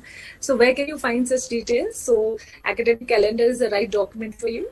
Not only that, it also talks about when are your exams scheduled, when is your semester ending. So all these kind of details are given in the academic calendar, and we have academic calendars semester wise. So right now you are into a coursework which is of autumn term, which is term 1, as I told you. So you will be able to see autumn term's calendar as per the following link. You can see it on your screen. It is, once you log on to UMS, go to important links, and thereafter just click on to view academic calendar. This is how it looks like through the UMS, right? If you see on top, important links is there. And once you click onto that, towards the end, you can see it is highlighted in yellow. You just need to click on to view academic calendar. Now, one of the most important things in LPU is that we are very particular about attendance requirements, right? Now, I don't know how many of you have been bunking classes during your college days, but believe me that ask your seniors, or if you get a chance to interact with your seniors, we are very, very particular about attendance, right? And if you ask me as a teacher, I love my class that, it is always full of students 100% of the times. But well, we all can have some exigencies and, there could be some urgency. So what do we say that in LPU, a student should have 80% or more attendance in aggregate out of the total delivered classes, right? Now, let's say if you're not able to meet that 80% mark. So what do we say? Let's say if you have some medical exigency, if you have some family function, some other important task which you had to, look into and you could not attend the class. So we say that if you're not able to meet the 80% mark in aggregate, we give you a further 5% relaxation in attendance, right? Now, that 5% relaxation, once it's given, we do not ask for any medical certificates in case if you fall ill. That 5% attendance relaxation is given to you by default. So that means that if 80 minus 5 becomes 75. That means 75% attendance in aggregate becomes your golden figure for you to remember, right? Now, what happens if you're not able to maintain that 75% attendance in aggregate? We do not allow you to sit for your end-term examinations. Now, when I say that you're not allowed, we are very serious about it. So please do take it seriously, right? Now, another thing, students, if you attend your classes regularly, there is a dual benefit attached to it. Now, what is that dual benefit? First, of course, you get to listen to all the expertise of the course teacher, right? They really help you out with understanding all the concepts. Second, very, very interesting benefit you have is that you also get marks for attending a class, right? So I'm sure this is a lovely dual benefit we have, right? And how do you get the marks for attending classes? Now, if you look at the table which is visible to you, if you have 90% or more attendance in a particular course, you get 5 marks. If you have 85% or more but less than 90% attendance, you get 4 marks. If you have 80% or more but less than 85% attendance, you get 3 marks. And if you have 75% or more but less than 80%, you get 2 marks. Now, let's say what if you're not able to reach that 75% attendance in aggregate?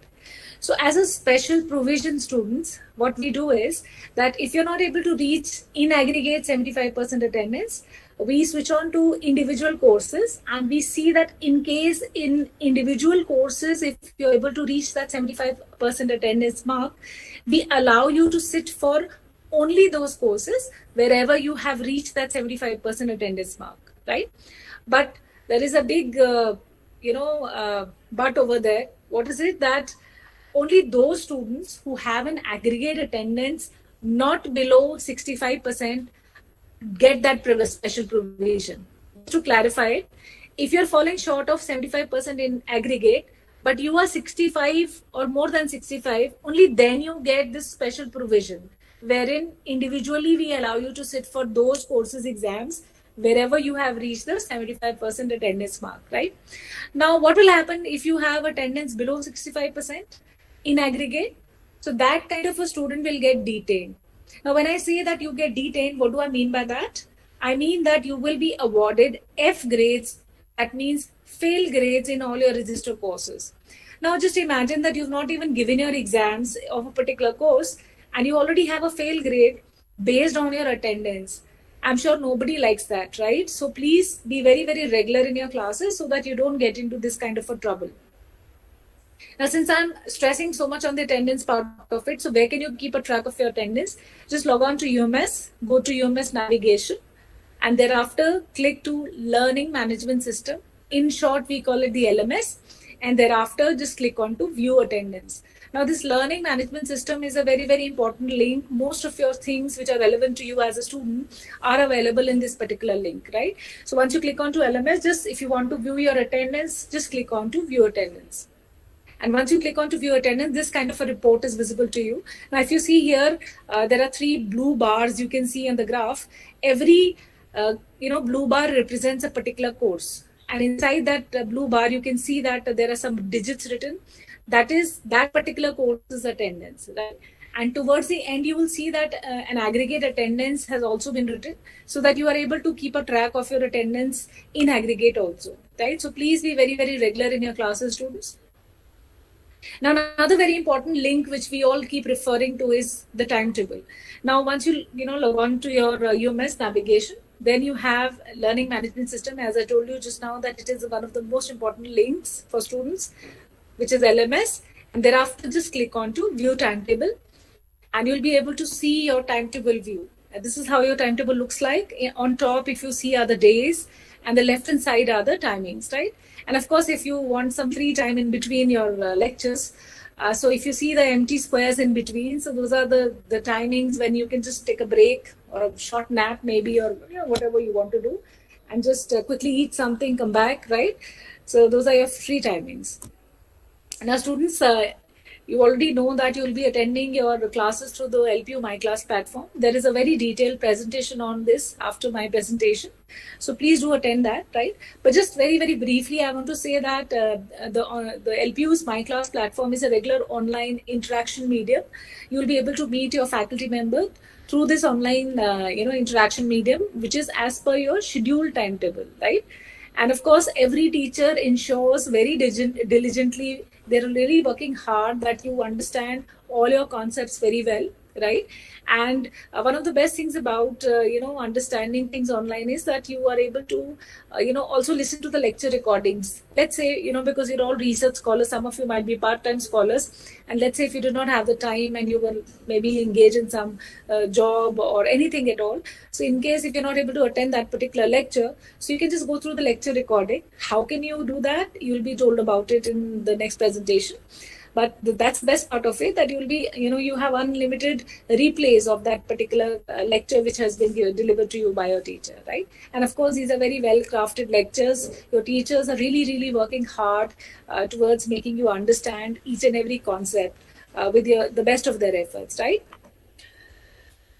Now, in case if you have any sort of an issue, students have this very, very important mechanism, which is once you log on to your UMS navigation, just if you have any sort of query, you can just write to us from your UMS navigation. Once you log on to your UMS, go to UMS navigation, then relationship management system, which is RMS, and thereafter log request. So whatever query, whatever problem you have, we'll be able to get back to you through this RMS system, right? In case if you don't want to do that, then you can also email to us at support.myclasses@lpu.co.in. In case if you face any challenge regarding the joining of the classes through the My Class platform, right? And in case if you have any other query, you really want to talk to somebody, then you can call us at 01824 517 450. We are active on all working days from 9 a.m. to 5 p.m. So you can just call us anytime and talk about your query at any query at all, right? Some golden words of advice I'd like to say that there are a lot of learning opportunities in LPU, right? Please take full advantage of it. And as research scholars, I think attending regular conferences and seminars or webinars, it's very, very important for you, right? It really brings a new horizon. It opens up a new horizon for all of you. So please do that. Be regular in your classes. I told you that it's very important for you to be regular in your classes. Otherwise, you might end up being detained, getting F grades, as I already told you about that. So don't get into that kind of a trouble. Of course, don't be a shy person. Ask a lot of questions. I think all research scholars are supposed to have a lot of questions in their mind, and just keep on, asking your teachers about it. I think teachers love students who ask a lot of questions, right? And if you're a very shy person, you can also type in your queries also, right? We also have this kind of an alternative. But please do ask questions, right? And of course, participate in events, give seminars, participate in conferences, write research papers. I think it gives you a great overall development. And of course, if you're interested in other activities like co-curricular or sports activities, we also do have a lot of things on campus and also online, right? So that will help you in having an overall development of your own self. And of course, in case if you have any queries, please talk to your course teacher through the LPU live app. You'll be told about it, how to get, how to operate that. And of course, talk to your mentor, right? And in case if you still feel that you're not very clear about what your course teacher or your mentor talked about, so you can always still get in touch with your head of department or your head of school, right? In case of any doubts, any problem, any queries, right? And of course, it brings me a lot of joy to share with all of you that LPU has created history, as 9 out of 10 virtuos of us have won Olympic medals, right? And I'm hoping that out of all the freshmen who are listening to me today, I'm sure that you'll do great in your research area, and we will be able to talk about you in the near future, right? So it doesn't only make me proud; it has made all the entire India proud of these students who really participated and won Olympic medals, right? So I'm hoping that some of you will be doing these kind of wonders in the research area, and we will be able to talk about to you in the near future, right?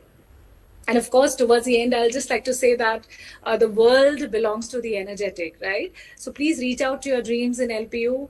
We are always there to, support you, guide you in every which way, right? And of course, in case if you still have any queries, please let me know. I'll be happy to help you out.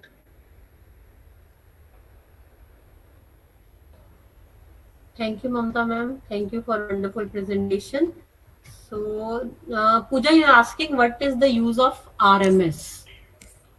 Pooja, it's like RMS, as I told you, that it is a relationship management system. That means that you're able to write any query to a person. That person will read your query and the person will get back to you, right? Whatever your query is, it could be related to there are so many topics enlisted there. You can just choose any. It could be academics, it could be non-academics.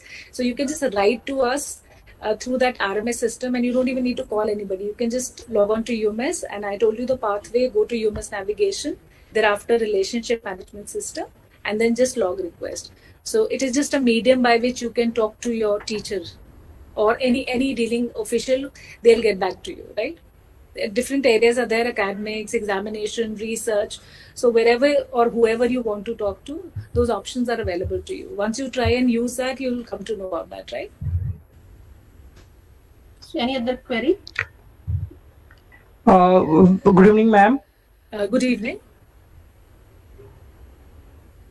Why is tomorrow class is going to from tomorrow, ma'am? Yes, Amjad. Yes, Yeah, Amjad.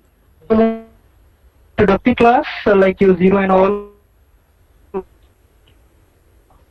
I'm not. Your voice is getting cut, Okay. Amjad. We're not able to Amjad, understand. you can type your query, right? Please put it in the chat box. If at all there is a network issue, please put it in the chat box. Sure. Right. Abhishek, thank you so much, dear, for your kind words, what you've written there. Thank you. Any other person, if you have any sort of query, please let me know right now. Otherwise, we can move on to the examination session, because there are certain things very important for you to know. Like, for example, what is a passing condition? How many marks do you need to pass in a course? To other important examination details. The weightages of what are the components important for a particular course. So very, very important things are there. So please keep logged in for the examination session. In case if you have any other query which you want me to answer, please let me know. Okay, I think I see a thank you message there. So I'm sure you just need to join. I think, Seni, there is a detailed session on how to join the classes. Dr. Rekha will be giving to you after my session, after the examination session. There is a session on that. So don't worry about that. In detail, you'll be knowing how do you sign in. The moment you sign in the class, your time is recorded. When you log into the class, so the time, your presence is recorded in the class, right? So according to that, your attendance is marked automatically through the system. Vijay says, if we go through the recorded session, will it count in the attendance? Well, Vijay, I think the very fact the word is named as attendance, it means you're attending the class, right? So if you're looking at the recording, which very well says recorded session, you'll not be getting attendance for that. You're able to just download the recorded session, right? Because you're not attending the class, right? Yes, any other query?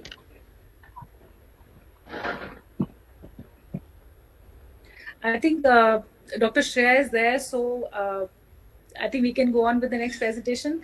Okay, I'm glad, Sunny, you're able to understand whatever points were discussed. Thank you so much, all of you, and I just like to wish you all the very best from my side, and I hope you have a great journey, academic journey in LPU.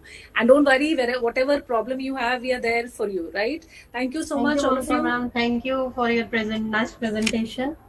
Thank you so much, ma'am. Now, I think our scholars are now somewhat familiar with our system, is going to be familiar with our system. So the next presentation is from the Division of Examination. We have Dr. Shreya with us. She will tell you about the examination system of LPU. So welcome, Shreya ma'am. Thank you so much, ma'am. Very good afternoon to you and all the scholars who are present here. So first of all, let me just share my screen. So give me a moment.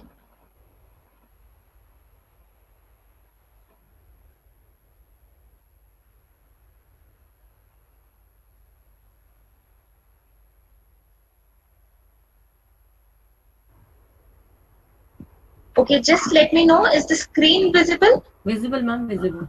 Okay, thank you so much, ma'am. So let's start with the presentation. Ma'am, yeah, it's visible now. Okay. Let me just move to the full screen mode. Okay, so students, first of all, a very, very good afternoon to all the scholars who have joined us. A very warm welcome from my side. This is Dr. Shreya from Division of Examination. And in my presentation today, I'm going to tell you about certain basic rules, certain basic regulations which will be governing you. You'll get to know what kind of evaluation system we follow at LPU. When you'll be appearing for your exams, primarily concerning with your coursework term. So in your coursework, you will be studying certain courses, you will be appearing for their exams, you'll be taking those exams, and of course you'll be scored on it and you'll be graded on your performance, and you're going to receive your result and your mark sheets.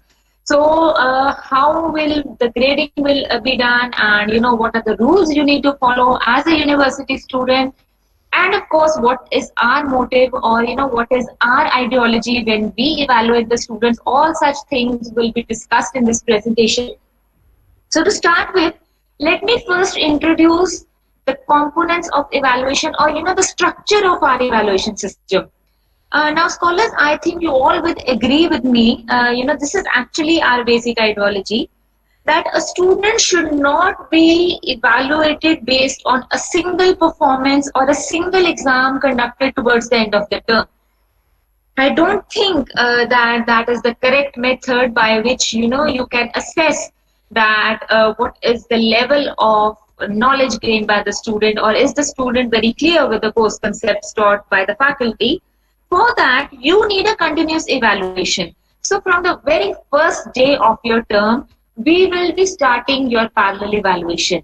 And that continuous evaluation will be carried out under three main headings or three main components. Now, in the end, the sum total of the marks which you obtain on all the three components, that will be your final score for that particular course score, and that is going to lead to the calculation of your final course grade. So what are the three components of evaluation? So just, right now I'll just tell you the names of these components of evaluation, and later on in the coming slides, I will be going into the details, taking one component one by one. So to name these three components of evaluation, the first component is attendance. The second component is continuous assessment, or normally we call it as the CA. Now in this, we are going to give you certain academic tasks to be done at your end. You will be completing those academic tasks, and we as faculty members will be giving you certain scores, certain grades on those academic tasks. And based on the marks obtained by you in those academic tasks, we will be calculating a CA score, or a continuous assessment score for you. So this is the second component of evaluation. Third component of evaluation is the end term examination, or the ETE. So whatever marks you obtain in these individual components, in the end we are going to sum all the three marks, and we are going to give you your final score for that particular theory or practical course score. Now once you know this is the structure of our evaluation system, or the names of the three components, then the next thing you should know is what is the weightage of each component. Now when I talk about the weightage of each component, I mean to say that what importance each component has, or what fraction or what percentage contribution that component is going to make towards your final score for any particular course code. Now, if I talk about the theory courses you will be studying, GEM 740 and 741, the component-wise weightage will follow a table which is right now given on your screens. Attendance will have a weightage of 5. Continuous assessment, the CA, will have a weightage of 45, and end-term examination is going to have a weightage of 50. Now, students, when I think you see, you all are PhD scholars, so I don't think I need to elaborate it, but just for further clarity, in a layman language, if I want to make a student understand, then I'll say 5% contribution towards the total score for a particular course code, particular theory course code, will be from attendance.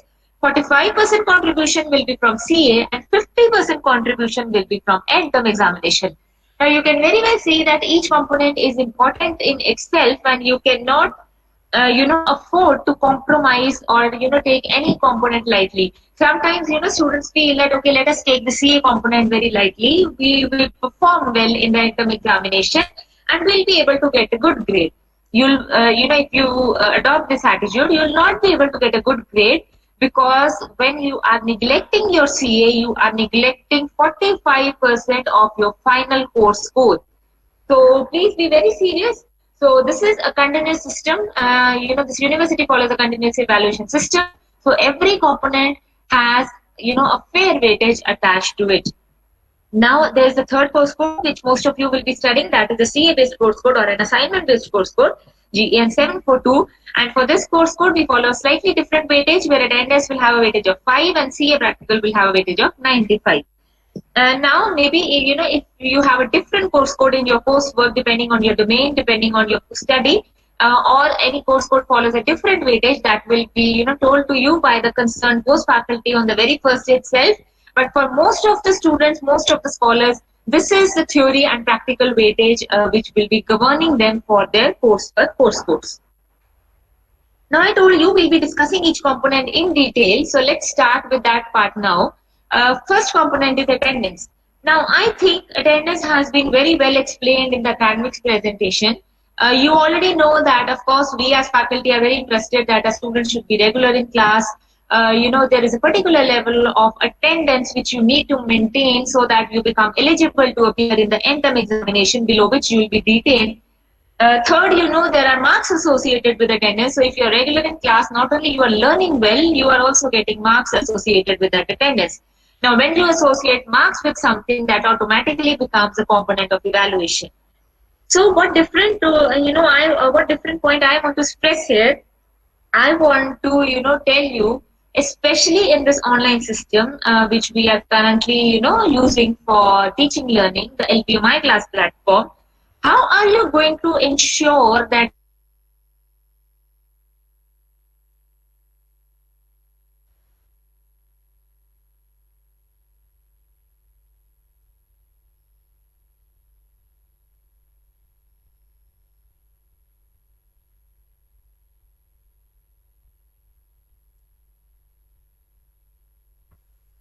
Shreya ma'am, you are not audible.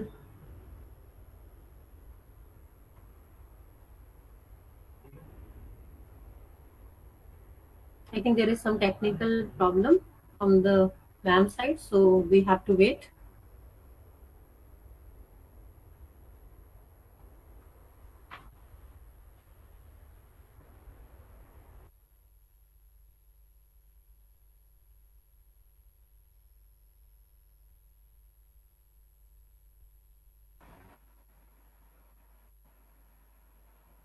Okay, students, I think there is some problem in the screen sharing stop. Just give me a moment. Again.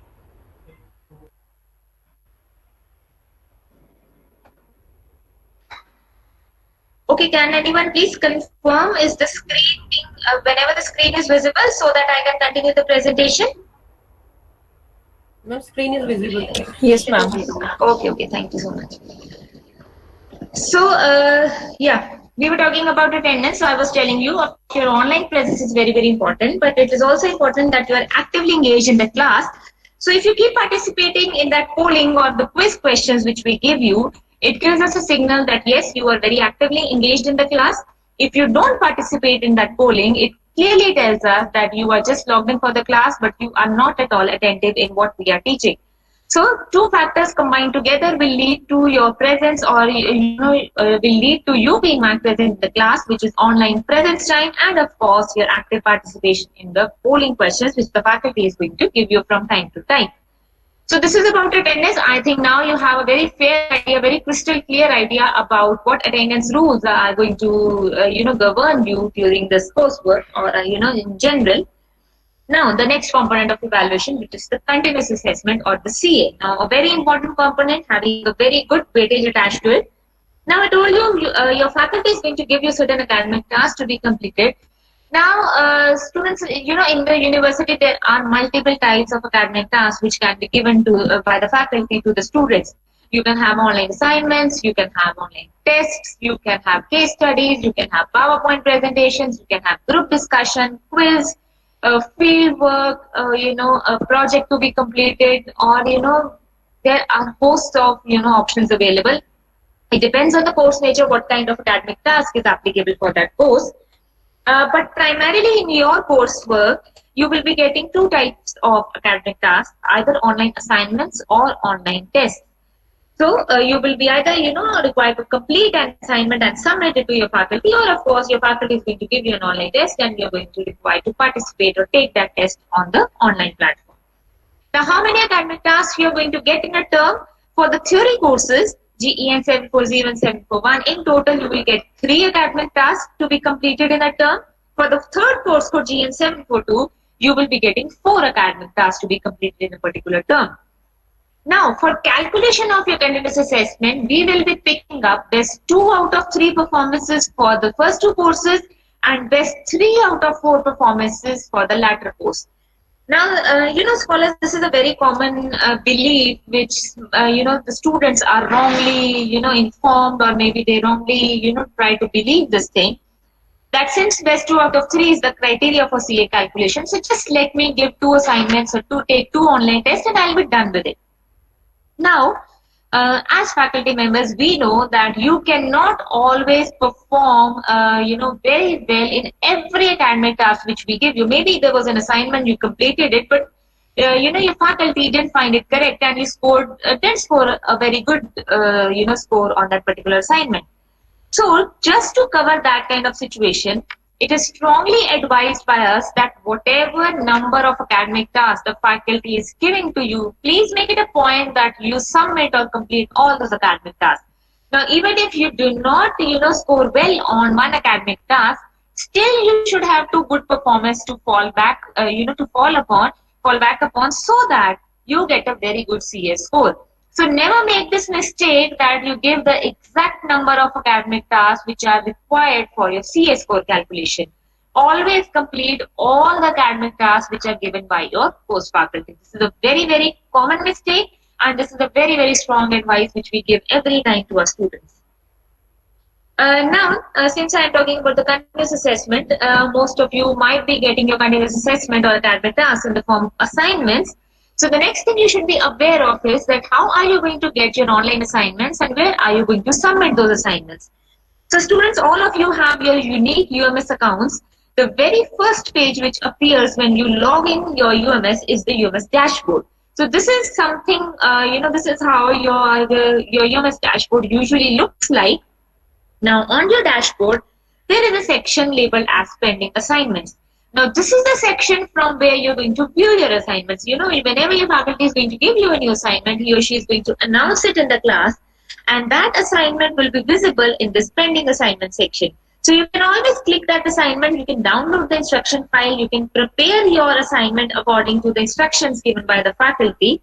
And next question which may arise in your mind is, where am I going to submit my assignment? So for your convenience, to make things easy for you, we will be activating the link to upload your assignment in this small box only. So you will be viewing your assignment from pending assignment section, and you will be submitting or uploading your assignment from this small box only. So everything will be done at a single click from your UMS dashboard. Very simple, very clear, and a very direct link. But there is, one strong cautionary warning for you. See, this viewing and submission, everything is online automated through the university management system. Now students, these links, these submission links are automatically disabled from backend once the last date of assignment submission has crossed. Now your faculty is going to give you last date for assignment submission, and once that date is crossed, say the last date of submission was 5th September. So at 5th September midnight, these links will be automatically disabled. Now there is no alternate mode of assignment submission. There is no such provision where the faculty can grant you extension in assignment submission. So if you cross if you miss the timeline, or if you miss the assignment submission deadline, then you cannot submit that particular assignment or that particular academic task. So very unfavorable situation, because if you have prepared the assignment and you could not submit it, there was no use of your efforts or your assignment preparation. So please be very particular about the timelines, and always try to submit your assignments on or before the last date which has been specified by the faculty in the instruction file. So this is all about the academic task and the assignments. Next is the end-term examination. I don't think I need to elaborate it much. The name is suggestive enough to tell you that this is the main examination which we will be conducting towards the end of the term. This will be covering all the whole syllabus which is taught by the faculty to you in that particular term. And of course, this has the maximum weightage attached to it. So you need to be really regular, and you need to really prepare well for this end-term examination. Now, when I talk about end-term examination, the next thing which is linked with it is the date sheet. So whenever we announce the schedule for the end-term examination, where are you going to view your date sheet? Now, students, this is a paperless university. I think everyone who is present in this interaction knows that LPU is a paperless university. We do not believe in sharing any information via hard copy. So you will never see any paper notices across any notice board. You will never see date sheets displayed on any notice board. You will never see results displayed on any notice board. Everything will be available online in your own unique UMS account, and you can access those links, sitting at your hostel, sitting in your home, sitting in your places, very conveniently and very quickly. So to view your seating plan cum date sheet, you need to visit your UMS homepage. You need to visit the link UMS navigation, examination system, and then you need to click on exam seating plan. When you click this link, you will have such a display in front of you. What details we'll be telling you in this exam seating plan? We'll be telling you the course code and the course name for which we are going to conduct the exam. We are going to tell the exam type. Now, students, exam type means the question paper pattern which is applicable for that particular course code. Now, just to share some information with you, in this university, we follow three major types of question paper pattern. One is 100% objective, in which all questions are MCQ type. So there's a statement, there's a question statement, there are 4 options, and the student needs to pick one correct option out of the 4 options given. This is the first pattern. Second pattern is 100% subjective, where all questions are theoretical type, subjective type, and you need to give theoretical answers for all of them. The third and the unique pattern followed in this university is the mixed type of pattern. So in this pattern, 50% of the questions are MCQ type, objective type, and 50% of the questions are subjective type. So it's a mix of both the patterns. So whatever pattern is applicable to that particular course code, we will be again specifying in the exam seating plan. Otherwise, your faculty on the very first day of your class is going to tell you that which question paper pattern is going to be applicable for that particular course code. So don't worry about that. On the very first day, you will be made well aware that which question paper pattern is going to be applicable for which course code. But still, as a reiteration, just for your confirmation, we are going to specify the same in your date sheet also. Next is the reporting time. Now, students, if you will be appearing for the offline examinations in the university campus, reporting time means the time at which you need to, reach your examination halls. If you are appearing for online examination, reporting time is the time by which you need to log in your online exam portal. And of course, in the last 2 columns, we will be telling you the date and exact time of your exam. And of course, if you are appearing for your offline examinations, we'll also be telling you the examination hall number or the room number in this exam seating plan only. So these are the details which we'll be sharing you via the date sheet cum seating plan. Now, once you appear for your exams, the next thing you're very curious about is your results. Now, how are we going to give your results? Students, we follow a mix of relative grading system and absolute grading system in this university, where students are awarded certain letter grades based on their performance. Now, the letter grades applicable are right now given in the leftmost column on your screens. You can see the grades O, A plus, A, B plus. Every grade has an accompanying grade performance, with O meaning an outstanding performance with a grade point of 10. This is the highest grade which can be earned by any student. A plus depicts an excellent performance, grade by 9, and similarly, as the grade is going to decrease, the performance is going to decrease, and of course the grade point is also going to decrease. Now, I think some of you might have observed by now that the grade point has become 0 or not applicable after the grade D. What does this mean? This means that only the grades from O to D are the pass grades. So whenever you are taking an exam, make sure that your performance should be such that you always have a grade which lies in this range, that is from O to D. And for that, you should be very clear with the passing criteria which we follow in this university. To pass a particular course code, you need to satisfy two conditions. One is that in the end, when we total up all the three components of evaluation, attendance plus CA plus ET marks, the total should come out to be equal to or more than 55%.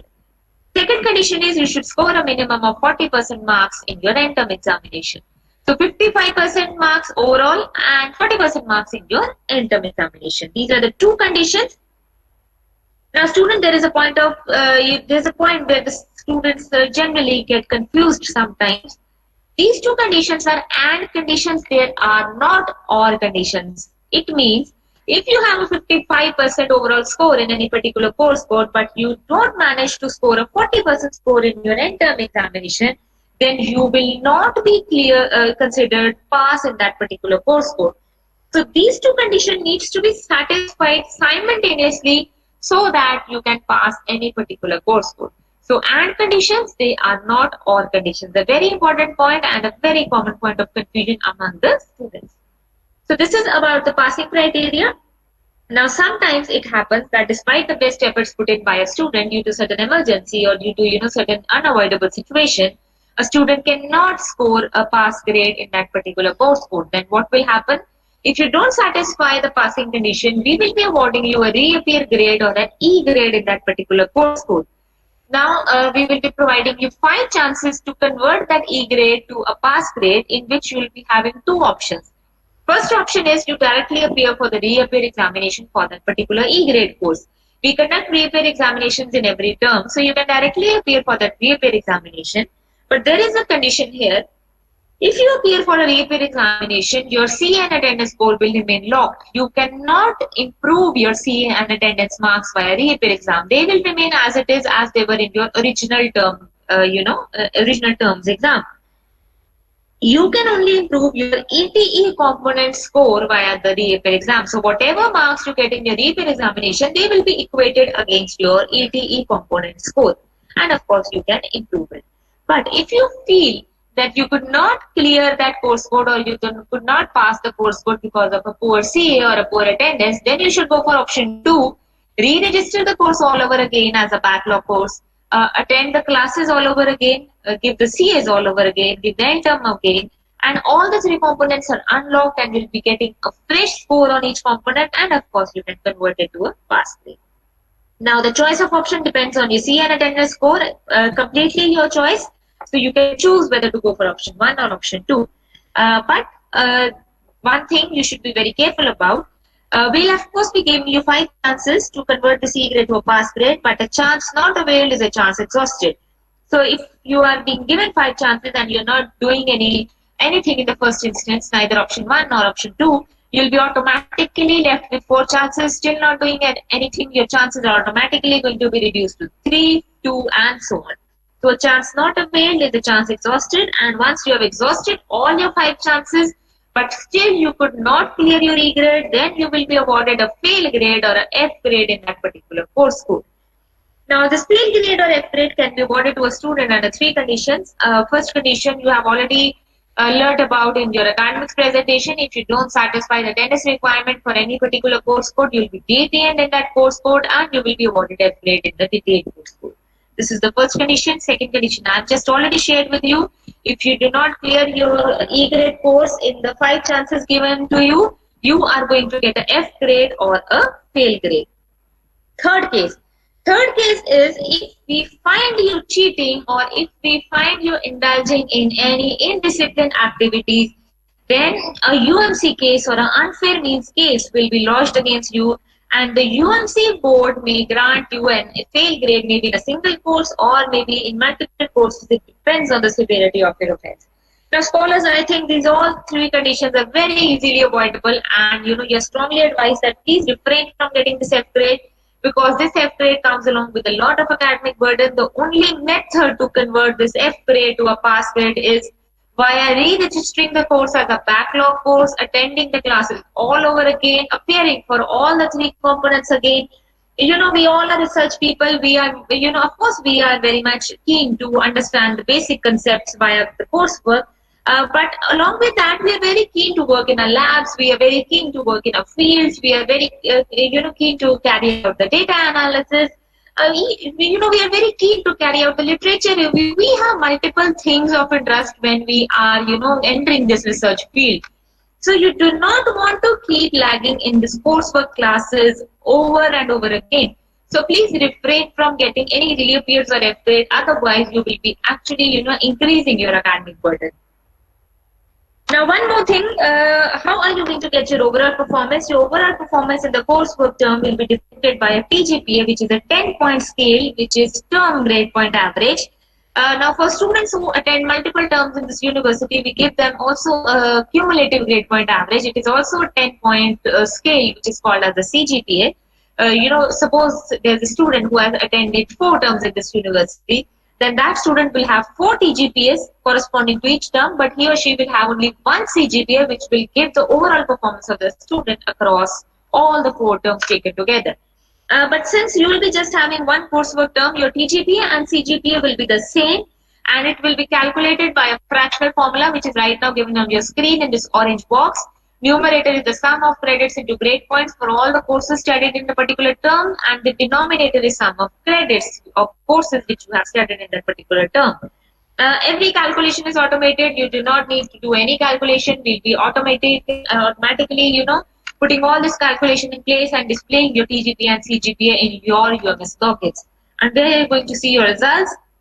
You need to visit this link, UMS Navigation Examination System Result.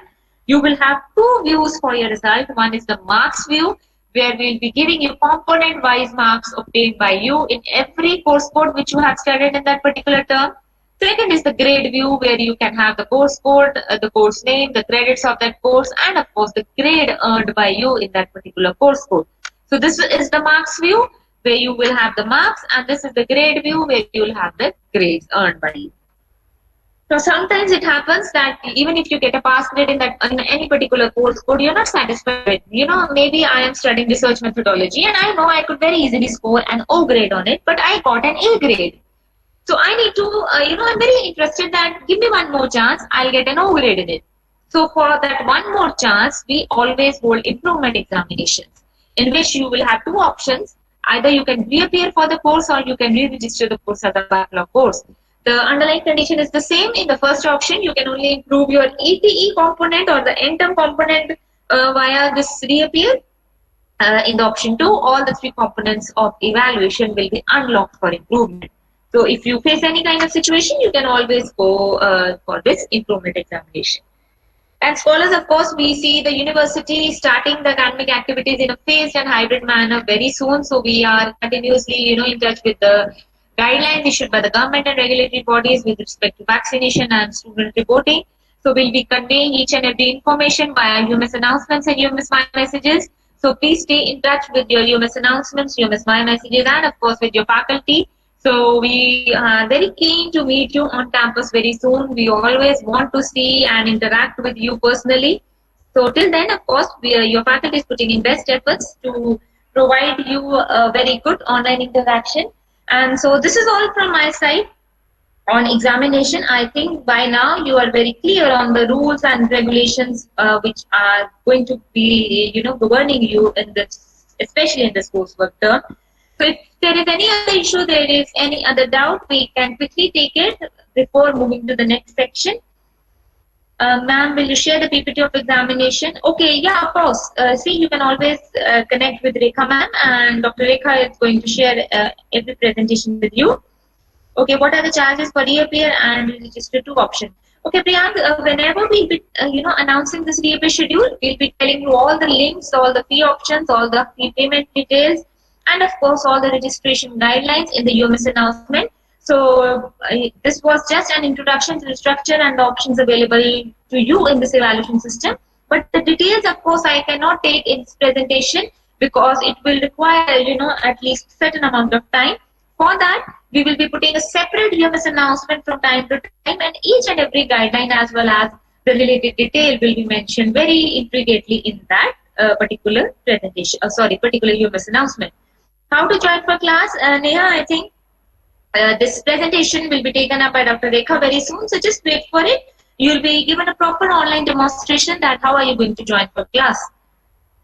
Any other question related to the presentation which needs to be addressed? Just give me at least a response. If it's clear, then I can wind up, or yes or no, a doubt. So I have a little bit of clarity that whether we can move to the next presentation or not. Okay, so thank you so much, Neha. Okay, I am getting some good responses. So I think we are in a position to wind up the presentation. So thank you so much. You were a wonderful audience, a very good and attentive audience. Thank you so much. And of course, all the best from my side.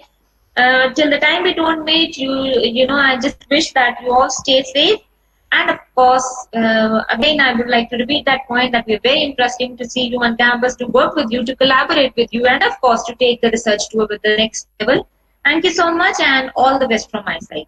Dr. Rekha, we can. Thank you, Sharon, thank you.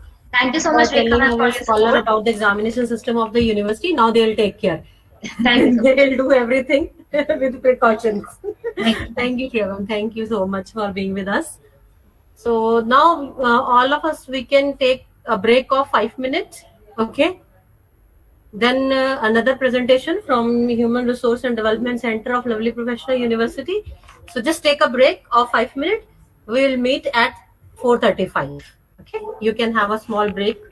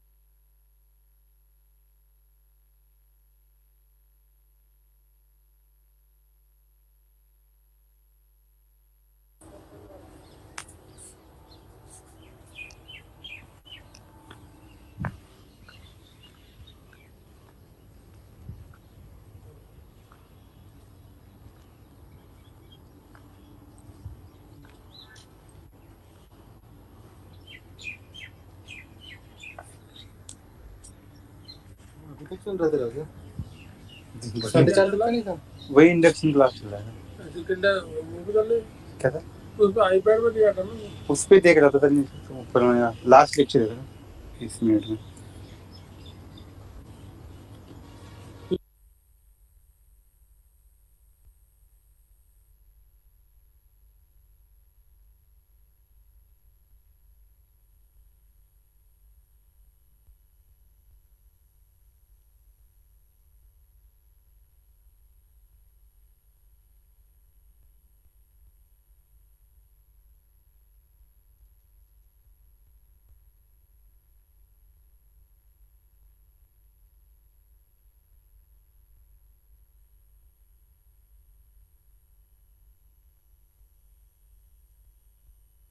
So welcome back.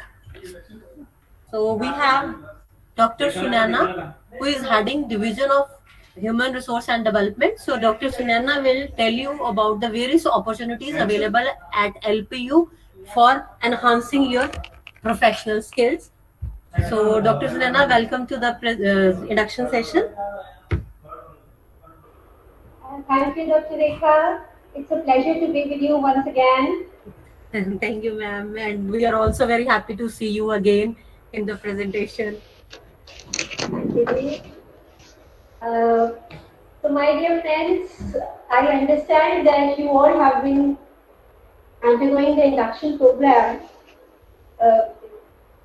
Everything is being explained to you in quite detail and everything.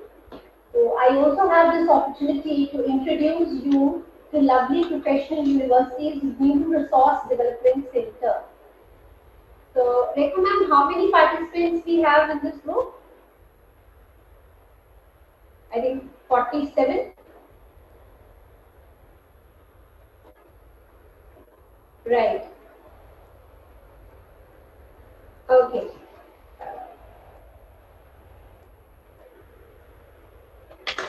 So, dear participants, may I know, are you back?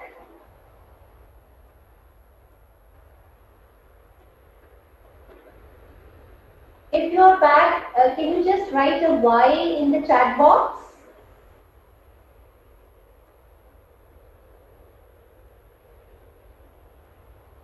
Great, I am listening from Riyaz, Neha, Tanya, Ajay, Mahesh, Pooja, Rahul, Yash, Manpreet, great. Shahid, Sahil, very nice.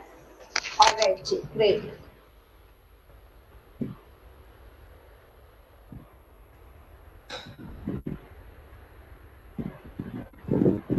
Okay, so I'll be making a very brief conversation with all of you. And this is regarding the human resource development opportunities at lovely Professional University.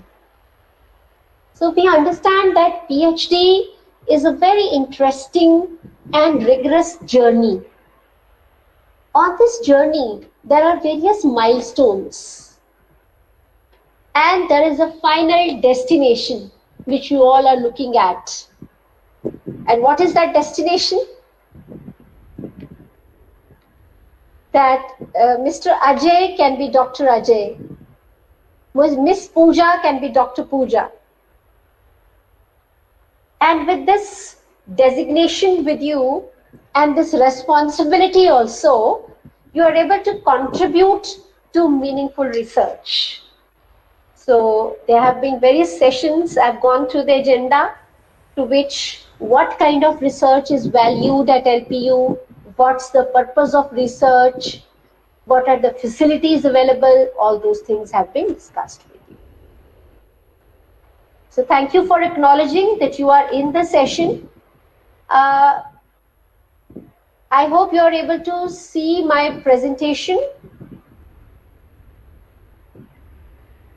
One of you will have to speak up and say whether my presentation is visible. Yes, ma'am, it's visible. All right, thank you, Ji. So let us look at what are the professional enhancement opportunities for research scholars at LPU. First of all, let me introduce myself to you as an alumnus of lovely Professional University. I've done my PhD from LPU in the year 2016, not very long back. However, I have been associated with LPU as a faculty member since 2002. That means since the beginning of the establishment. And prior to that, I have worked with the corporate sector as well. So I'm carrying about 21 years experience with me. And I've been very lucky to learn from my seniors over here, from those in the industry, and from my students. It's been always a very nice experience to interact with my students and learn something new from them. So we all, you and me, we belong to a university that has got many laurels to its credit. One of them being that we hosted the Indian Science Congress, the 106th Indian Science Congress in 2019.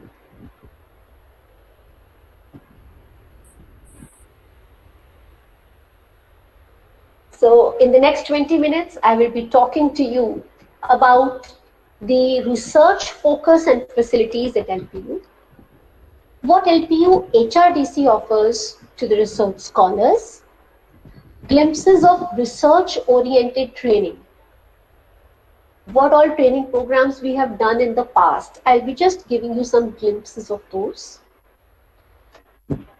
How you can register for LPU HRDC programs, I'll be facilitating that for you.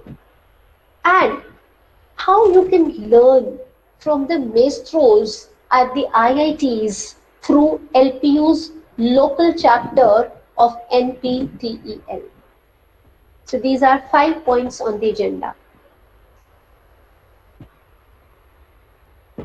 Continuing the story of Indian Science Congress, from 3rd to 7th of January, we had with us 15,000 delegates, including 300 top scientists and Nobel laureates from across the world. So we had, about 5 days to spend with these scholars from around the globe. We hosted them on campus. And we also had the inaugural by none other than the Prime Minister of India, Shri Narendra Modi ji.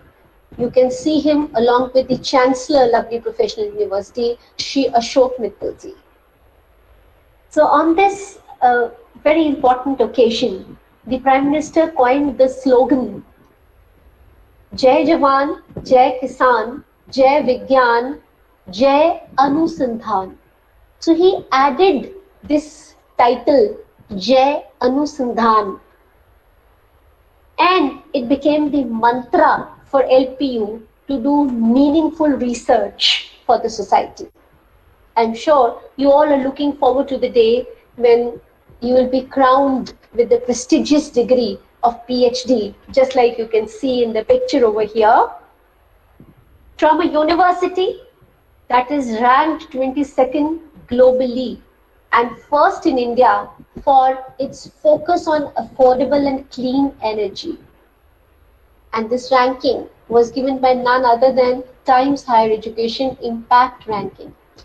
How many of you know about the Sustainable Development Goals of the United Nations? Let me come back to you.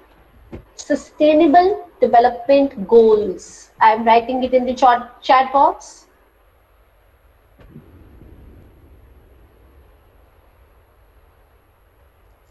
Yes, ma'am. It's about creating sustainable energy, like creating energy from wind energy, tidal energy, solar energy, etc. Okay, so clean energy is one of the sustainable development goals. Alongside, there are total 17 sustainable development goals. My screen is shared with you. Yes, ma'am.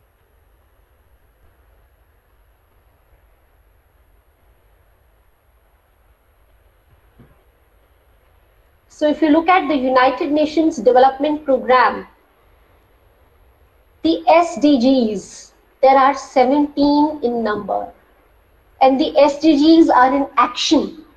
People are working on attaining these 17 sustainable development goals, and these are the goals. Okay, uh, can someone read it out for us? What is the first goal? No poverty. Go ahead, ma'am. Please read all of them. Zero hunger. No poverty. Zero hunger. Good health. Please go Good ahead. health and well-being. Quality education. Gender equality. Clean water and sanitation. Affordable and clean energy. Decent work and economic growth.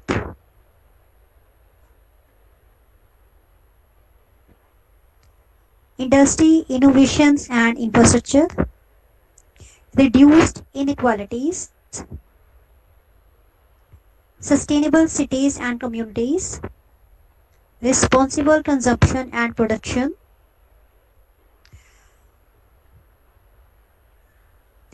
Climate action. Life below water. Life on land. Peace, justice and strong institution.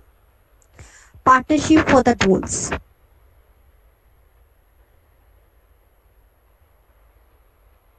Thank you, Pooja ma'am.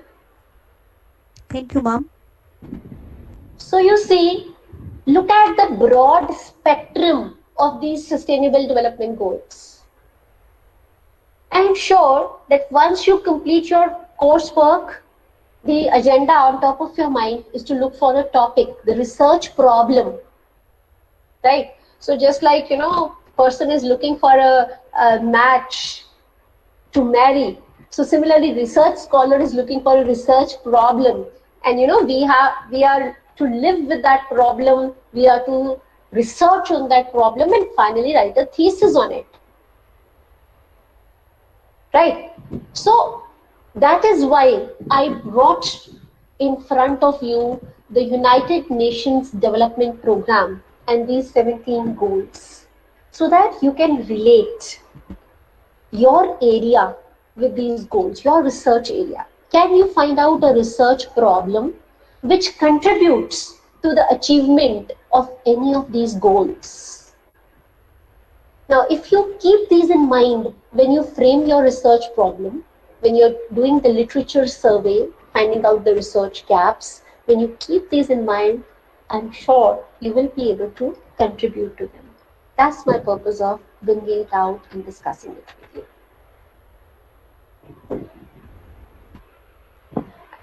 Taking the discussion further, I think that's what I shared with you. You saw clean energy was one of the goals, and LPU is ranked 22nd globally and first in India for its focus on affordable and clean energy. Similarly, LPU is ranked 56th globally and third in India for decent work and economic growth, which is one of the goals.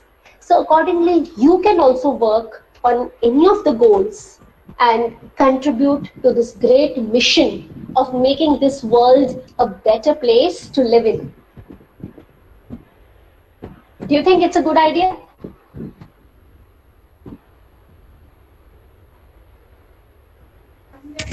Yes, ma'am. Does it appeal to you? It has appealed to Pooja ma'am. Has it appealed to others also? Think about it.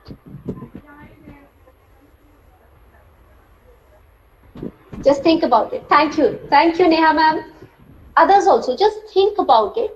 Give it a thought. I am not forcing it on you. Just keep it with you.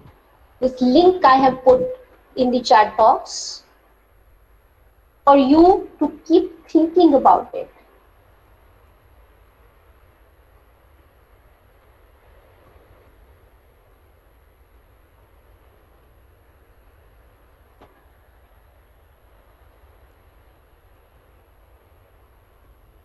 Where is the chat of this one?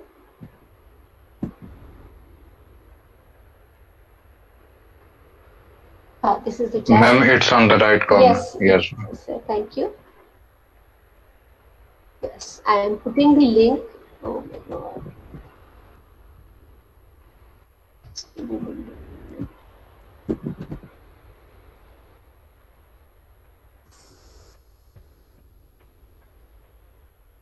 Okay.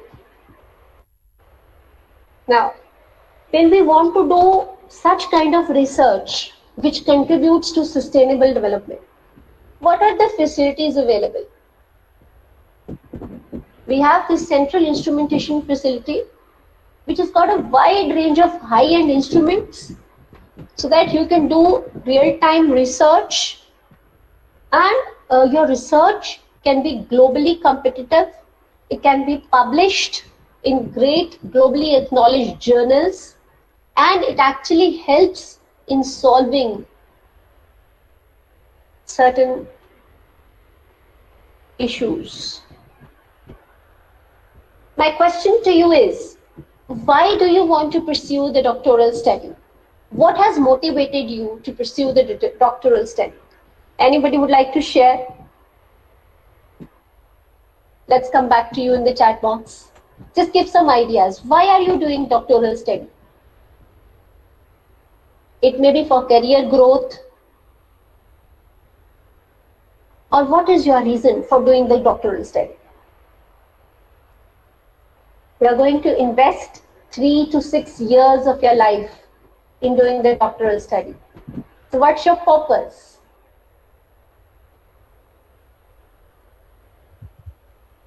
Yes, Rohit ji, can we hear from you? Yes, ma'am. Basically, I joined it for my career growth only, and also, ma'am, I like to explore new things. Basically, in computers only, in gadgets. So I thought that this would help me to learn new things, because I will be doing it full time, so I can dedicate myself for these things only. Oh, great, great, Rohit ji. So you want to do something new. You want to explore a new field of knowledge. In fact, you will be Yes. creating new knowledge through your PhD, right? You will be creating new knowledge. Yes. And of course, this will help you in your career growth. Great. Anybody else would like to share what is your purpose? Kanika, yes, ma'am. Yeah, so I would like to do PhD because I would like to work on the problems that is faced by the society in real time, so that we could help them in a greater way, the problems they are facing. Yes, of course, that's a part of my career growth. That's a part. Actually, I want to be a data analyst, and I'm currently working in an organization where I'm a business analyst. So I would wanted to do more research. I am doing research in the company which I am working on, but I would like to do it as a part of my career. So I have chosen this field. Very nice, Kanika ji. Wish you all the best on the path on which you are moving. Thank you so much, ma'am. Same to all of you. Okay. So yes, I often ask this question to most of the people I meet in this presentation, and these are the answers I get. Mostly people say that they want to do PhD because they want to understand the protocols of ethical research.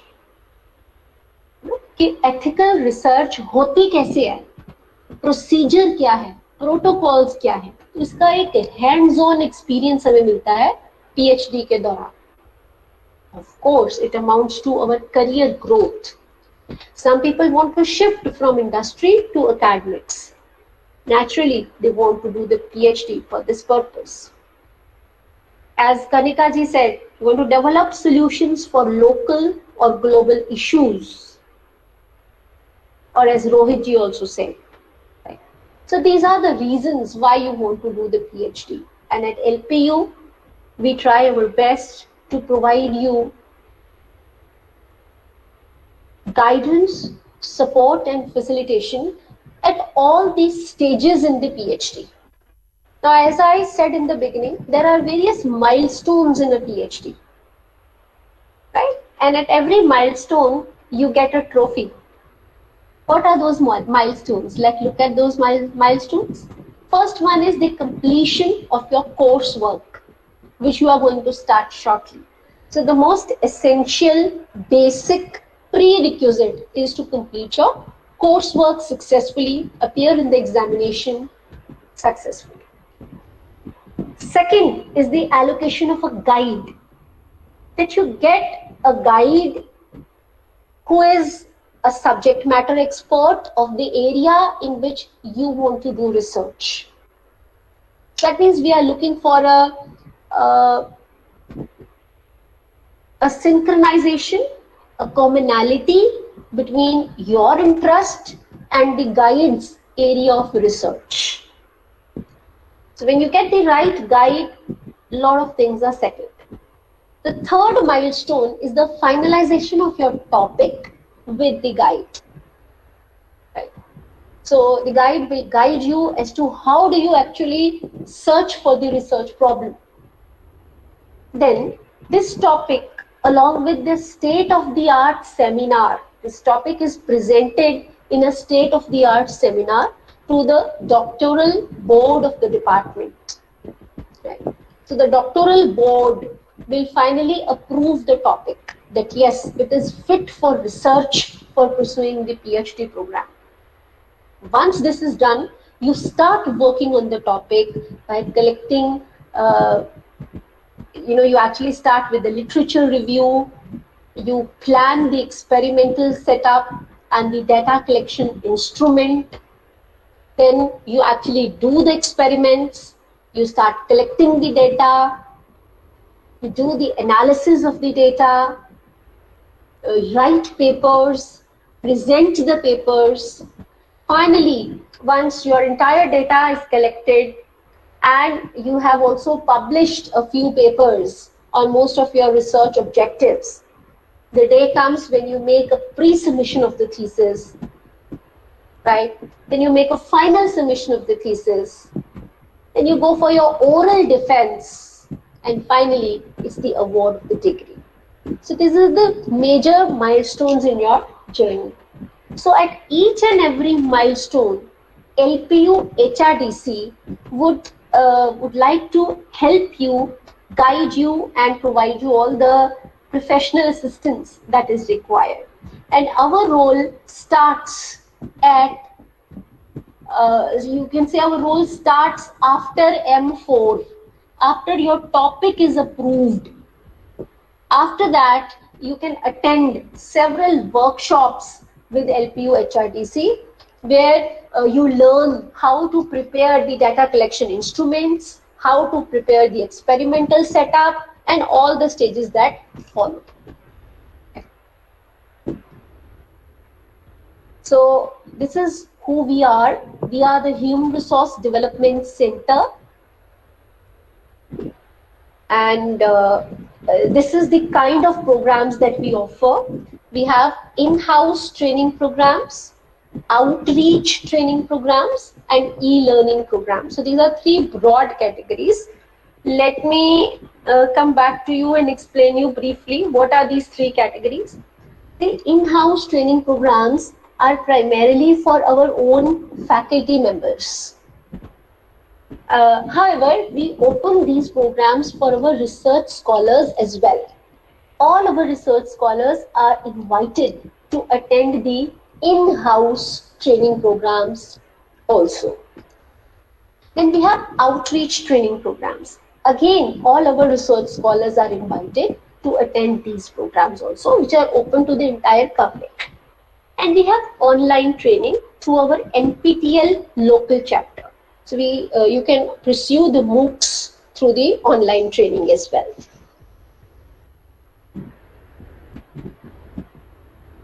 I'll just quickly take you through some of the previous programs that we have done. Just to assure you that programs will be in a variety of fields. Just like we had this 7-day national workshop on econometrics, time series and panel data analysis, Just like Konika was mentioning that she's trying to do a research in the field of data. She's basically a data analyst. So how do we actually analyze the data? What are the latest methods of data analysis? These are the things that are taught in such workshops. Data analysis takes various forms. We have quantitative data as well as qualitative data. So we do workshops on both quantitative as well as qualitative research methodology, because the current methodology of research is the mixed methods research. I'm writing this in the chat box for you, and I would request you to read more about it. It is the mixed methods research, both quantitative and qualitative. If you read more about it, you will find it interesting.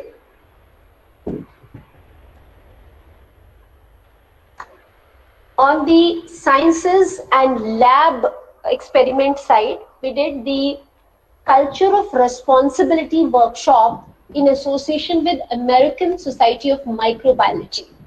So this was a very different kind of workshop, and presently also we are hosting the online version of a similar workshop. For civil engineering, quantity surveying. For electronics, we had cadence. We also had, for biotechnology, next generation data analysis. It was basically on bioinformatics. For the lab work, pure lab work, we had how to improve the quality of research conducted on experimental animals, basically in pharmaceutical sciences. There was a national workshop on environmental sciences, scientonics, data visualization, how to write an article. See, young researchers struggle a lot on how to actually write a manuscript and how to publish a manuscript. So we often do author workshops on how to write and publish scientific articles and manuscripts. So all these and many more programs are available. How do you actually register? I told you one of the key takeaways of this program would be, how do you actually register for these programs? How will you come to know that these programs are happening? So this is a simple procedure. This is the website.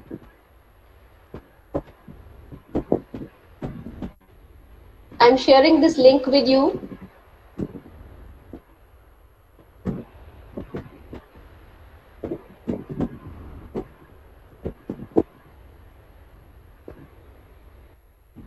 You can save this link. So it's a very simple procedure. You go here, for example, right now, we are going on with 3 programs. Registration is open in 2 of the programs. That is short-term course on intellectual property rights and short-term course on biological risk management. Right? So let's say you are interested in intellectual property rights. So what will be there in this program? Right? You can just come to know. It's a full-fledged, very elaborated brochure is available for you. So we are organizing this program in association with the IPR cell of the university. University has its own IPR cell. So HRDC and the IPR cell is organizing this program. What will be done? It's all explained here, right from the ABC of intellectual property to the details of case studies, patent filing procedures, how to search from an idea, for an idea, how to find out whether the idea is patentable or not patentable, case studies, landmark cases, transfer of technology from patent to technology. Right? So all the topics and details would be given here. Who will be teaching you? The resource panel. Right? For instance, in this case, it is the Deputy Controller of Patents, IPO Mumbai, in association with the founder and CEO of Origin IP and LPU team. So together, they will be teaching this course. So normally our courses are 1 week courses, right? And they don't require too much time commitment also. These are usually, like 3 hours a day. This is the time commitment that they require. And all our courses are done very rigorously. We expect that the participants would adhere to the attendance norms as well. So we make it very clear that participation is subject to 100% attendance and the post-training evaluation. So that is the kind of rigor with which we do training, because our purpose is not just कि ठीक है आप training आओ करो और जाओ, but our purpose is that whoever comes goes with a set of knowledge, goes with a set of skills which they can actually use in their research, right? So we are very particular about doing the assignments, the projects, the quizzes which are given during the training, right? So we ensure that you enjoy doing those activities and you also enjoy the learning associated with it, so that it's a lifelong learning. Till here, am I making sense to you?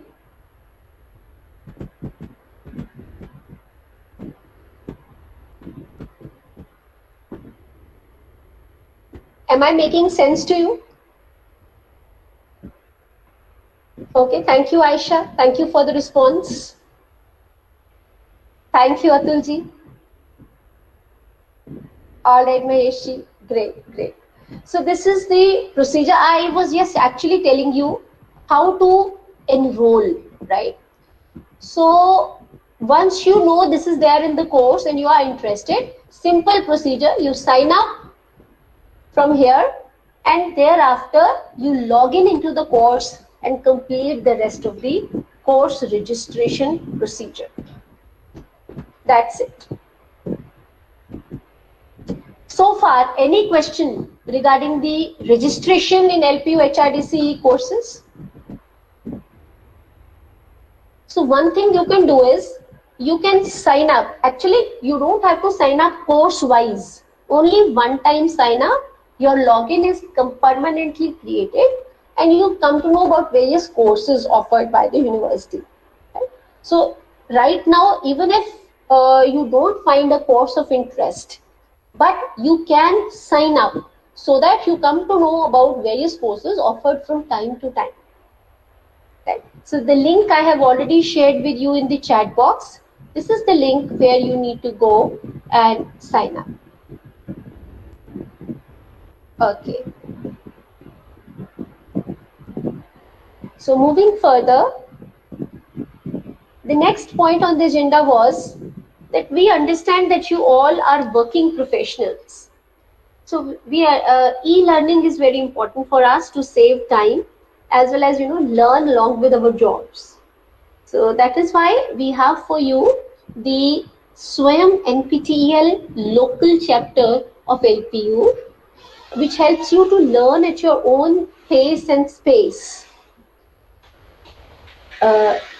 You can do certification courses from IITs and IISc Bangalore, just a click away from you. They have 250 plus online courses, and this is the link.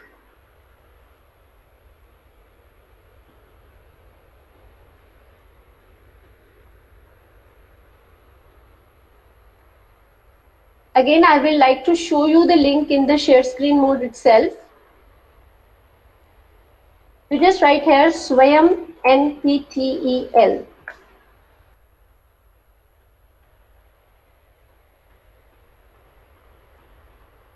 Right? So I hope my screen is visible to you. Somebody can speak up. Yes, ma'am. All right. All right.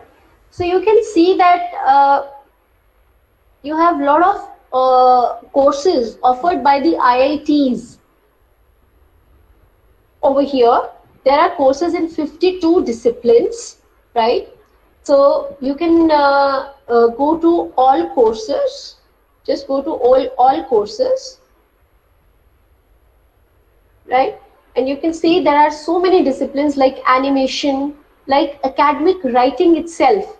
Now, all of you need to write a thesis. You need to write research papers, right? So you can do various courses, not just from NPTEL. There are other partners as well. Like this one is from CEC. This is from NITTTR, right? So you can actually look for a course of your choice, go through the requirements of the course. Like this is a course on academic writing, and you can listen to the introductory lecture.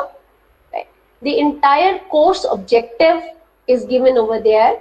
What all will be done in the course, it is all given over there.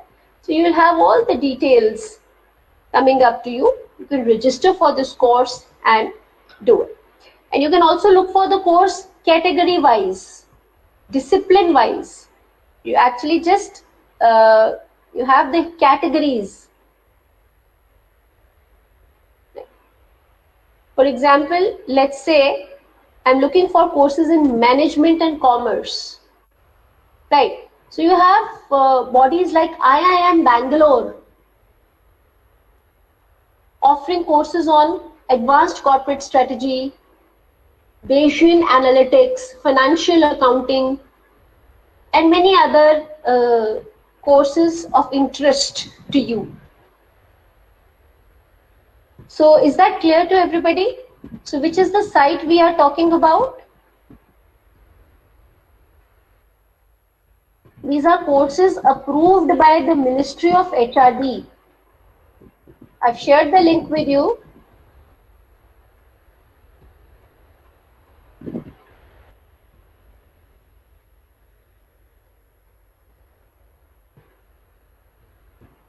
Has the link been shared with you?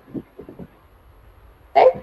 So these courses are approved by Ministry of HRD, and they are also equivalent to faculty development programs under the career enhancement scheme, career advancement scheme, right?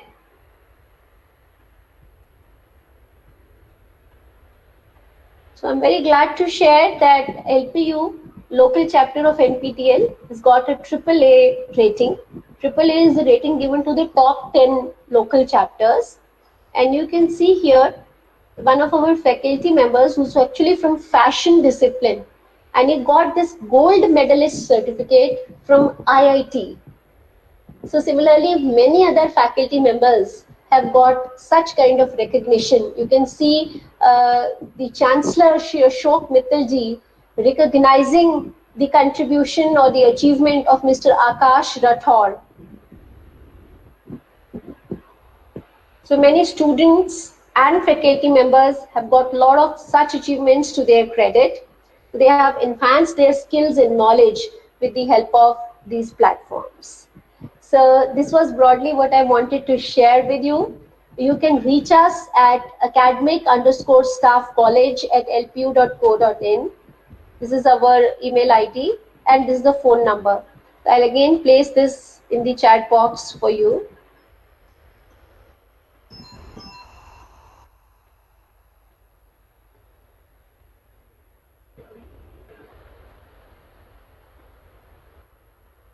You can reach us out. So on the whole, we'll be able to provide you any kind of professional development program in any field. And you can always write to us regarding your training needs. And you can also register on LPU HRD platform so that we are able to inform you about the program offerings from time to time. And we're able to help you in this journey known as PhD, and wish you all the best in reaching the biggest milestone, that is the award of the degree and pursuing a career in research. That's all from my side. Thank you so much. If there are any discussion, I'll be glad to answer. Ma'am, will all these courses be paid only? No. There are 3 types of courses I told you.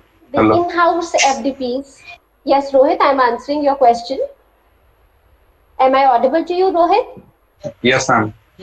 So we have 3 types of courses, right?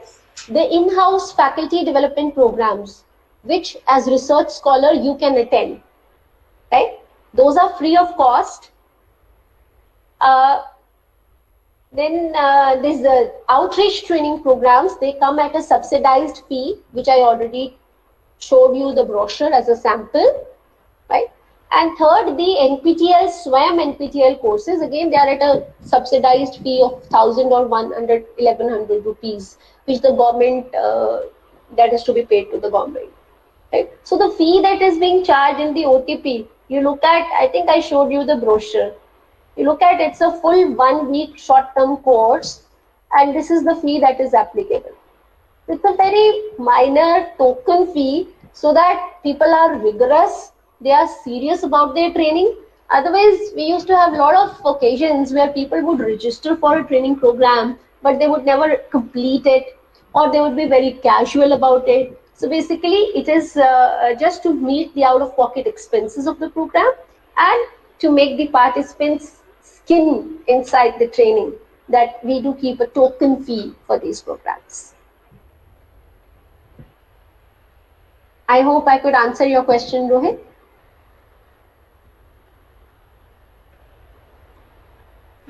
Yes, ma'am. Thank you.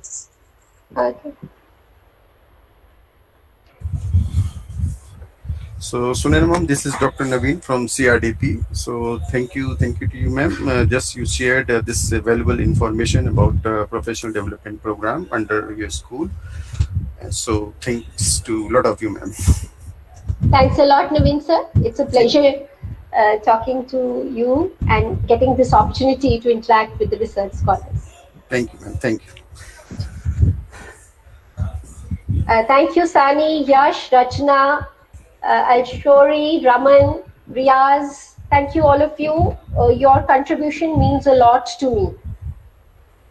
Wish you all the best, all of you. Thank you, ma'am. Pleasure, ji. Pleasure, ji.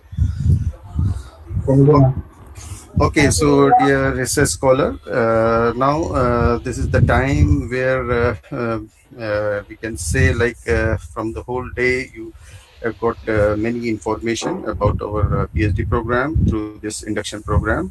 And if you know that the classes, your classes will run through my class portal, means online classes, and PPT related to this my class platform means already shared with all of you. You can check your email. One PPT is there.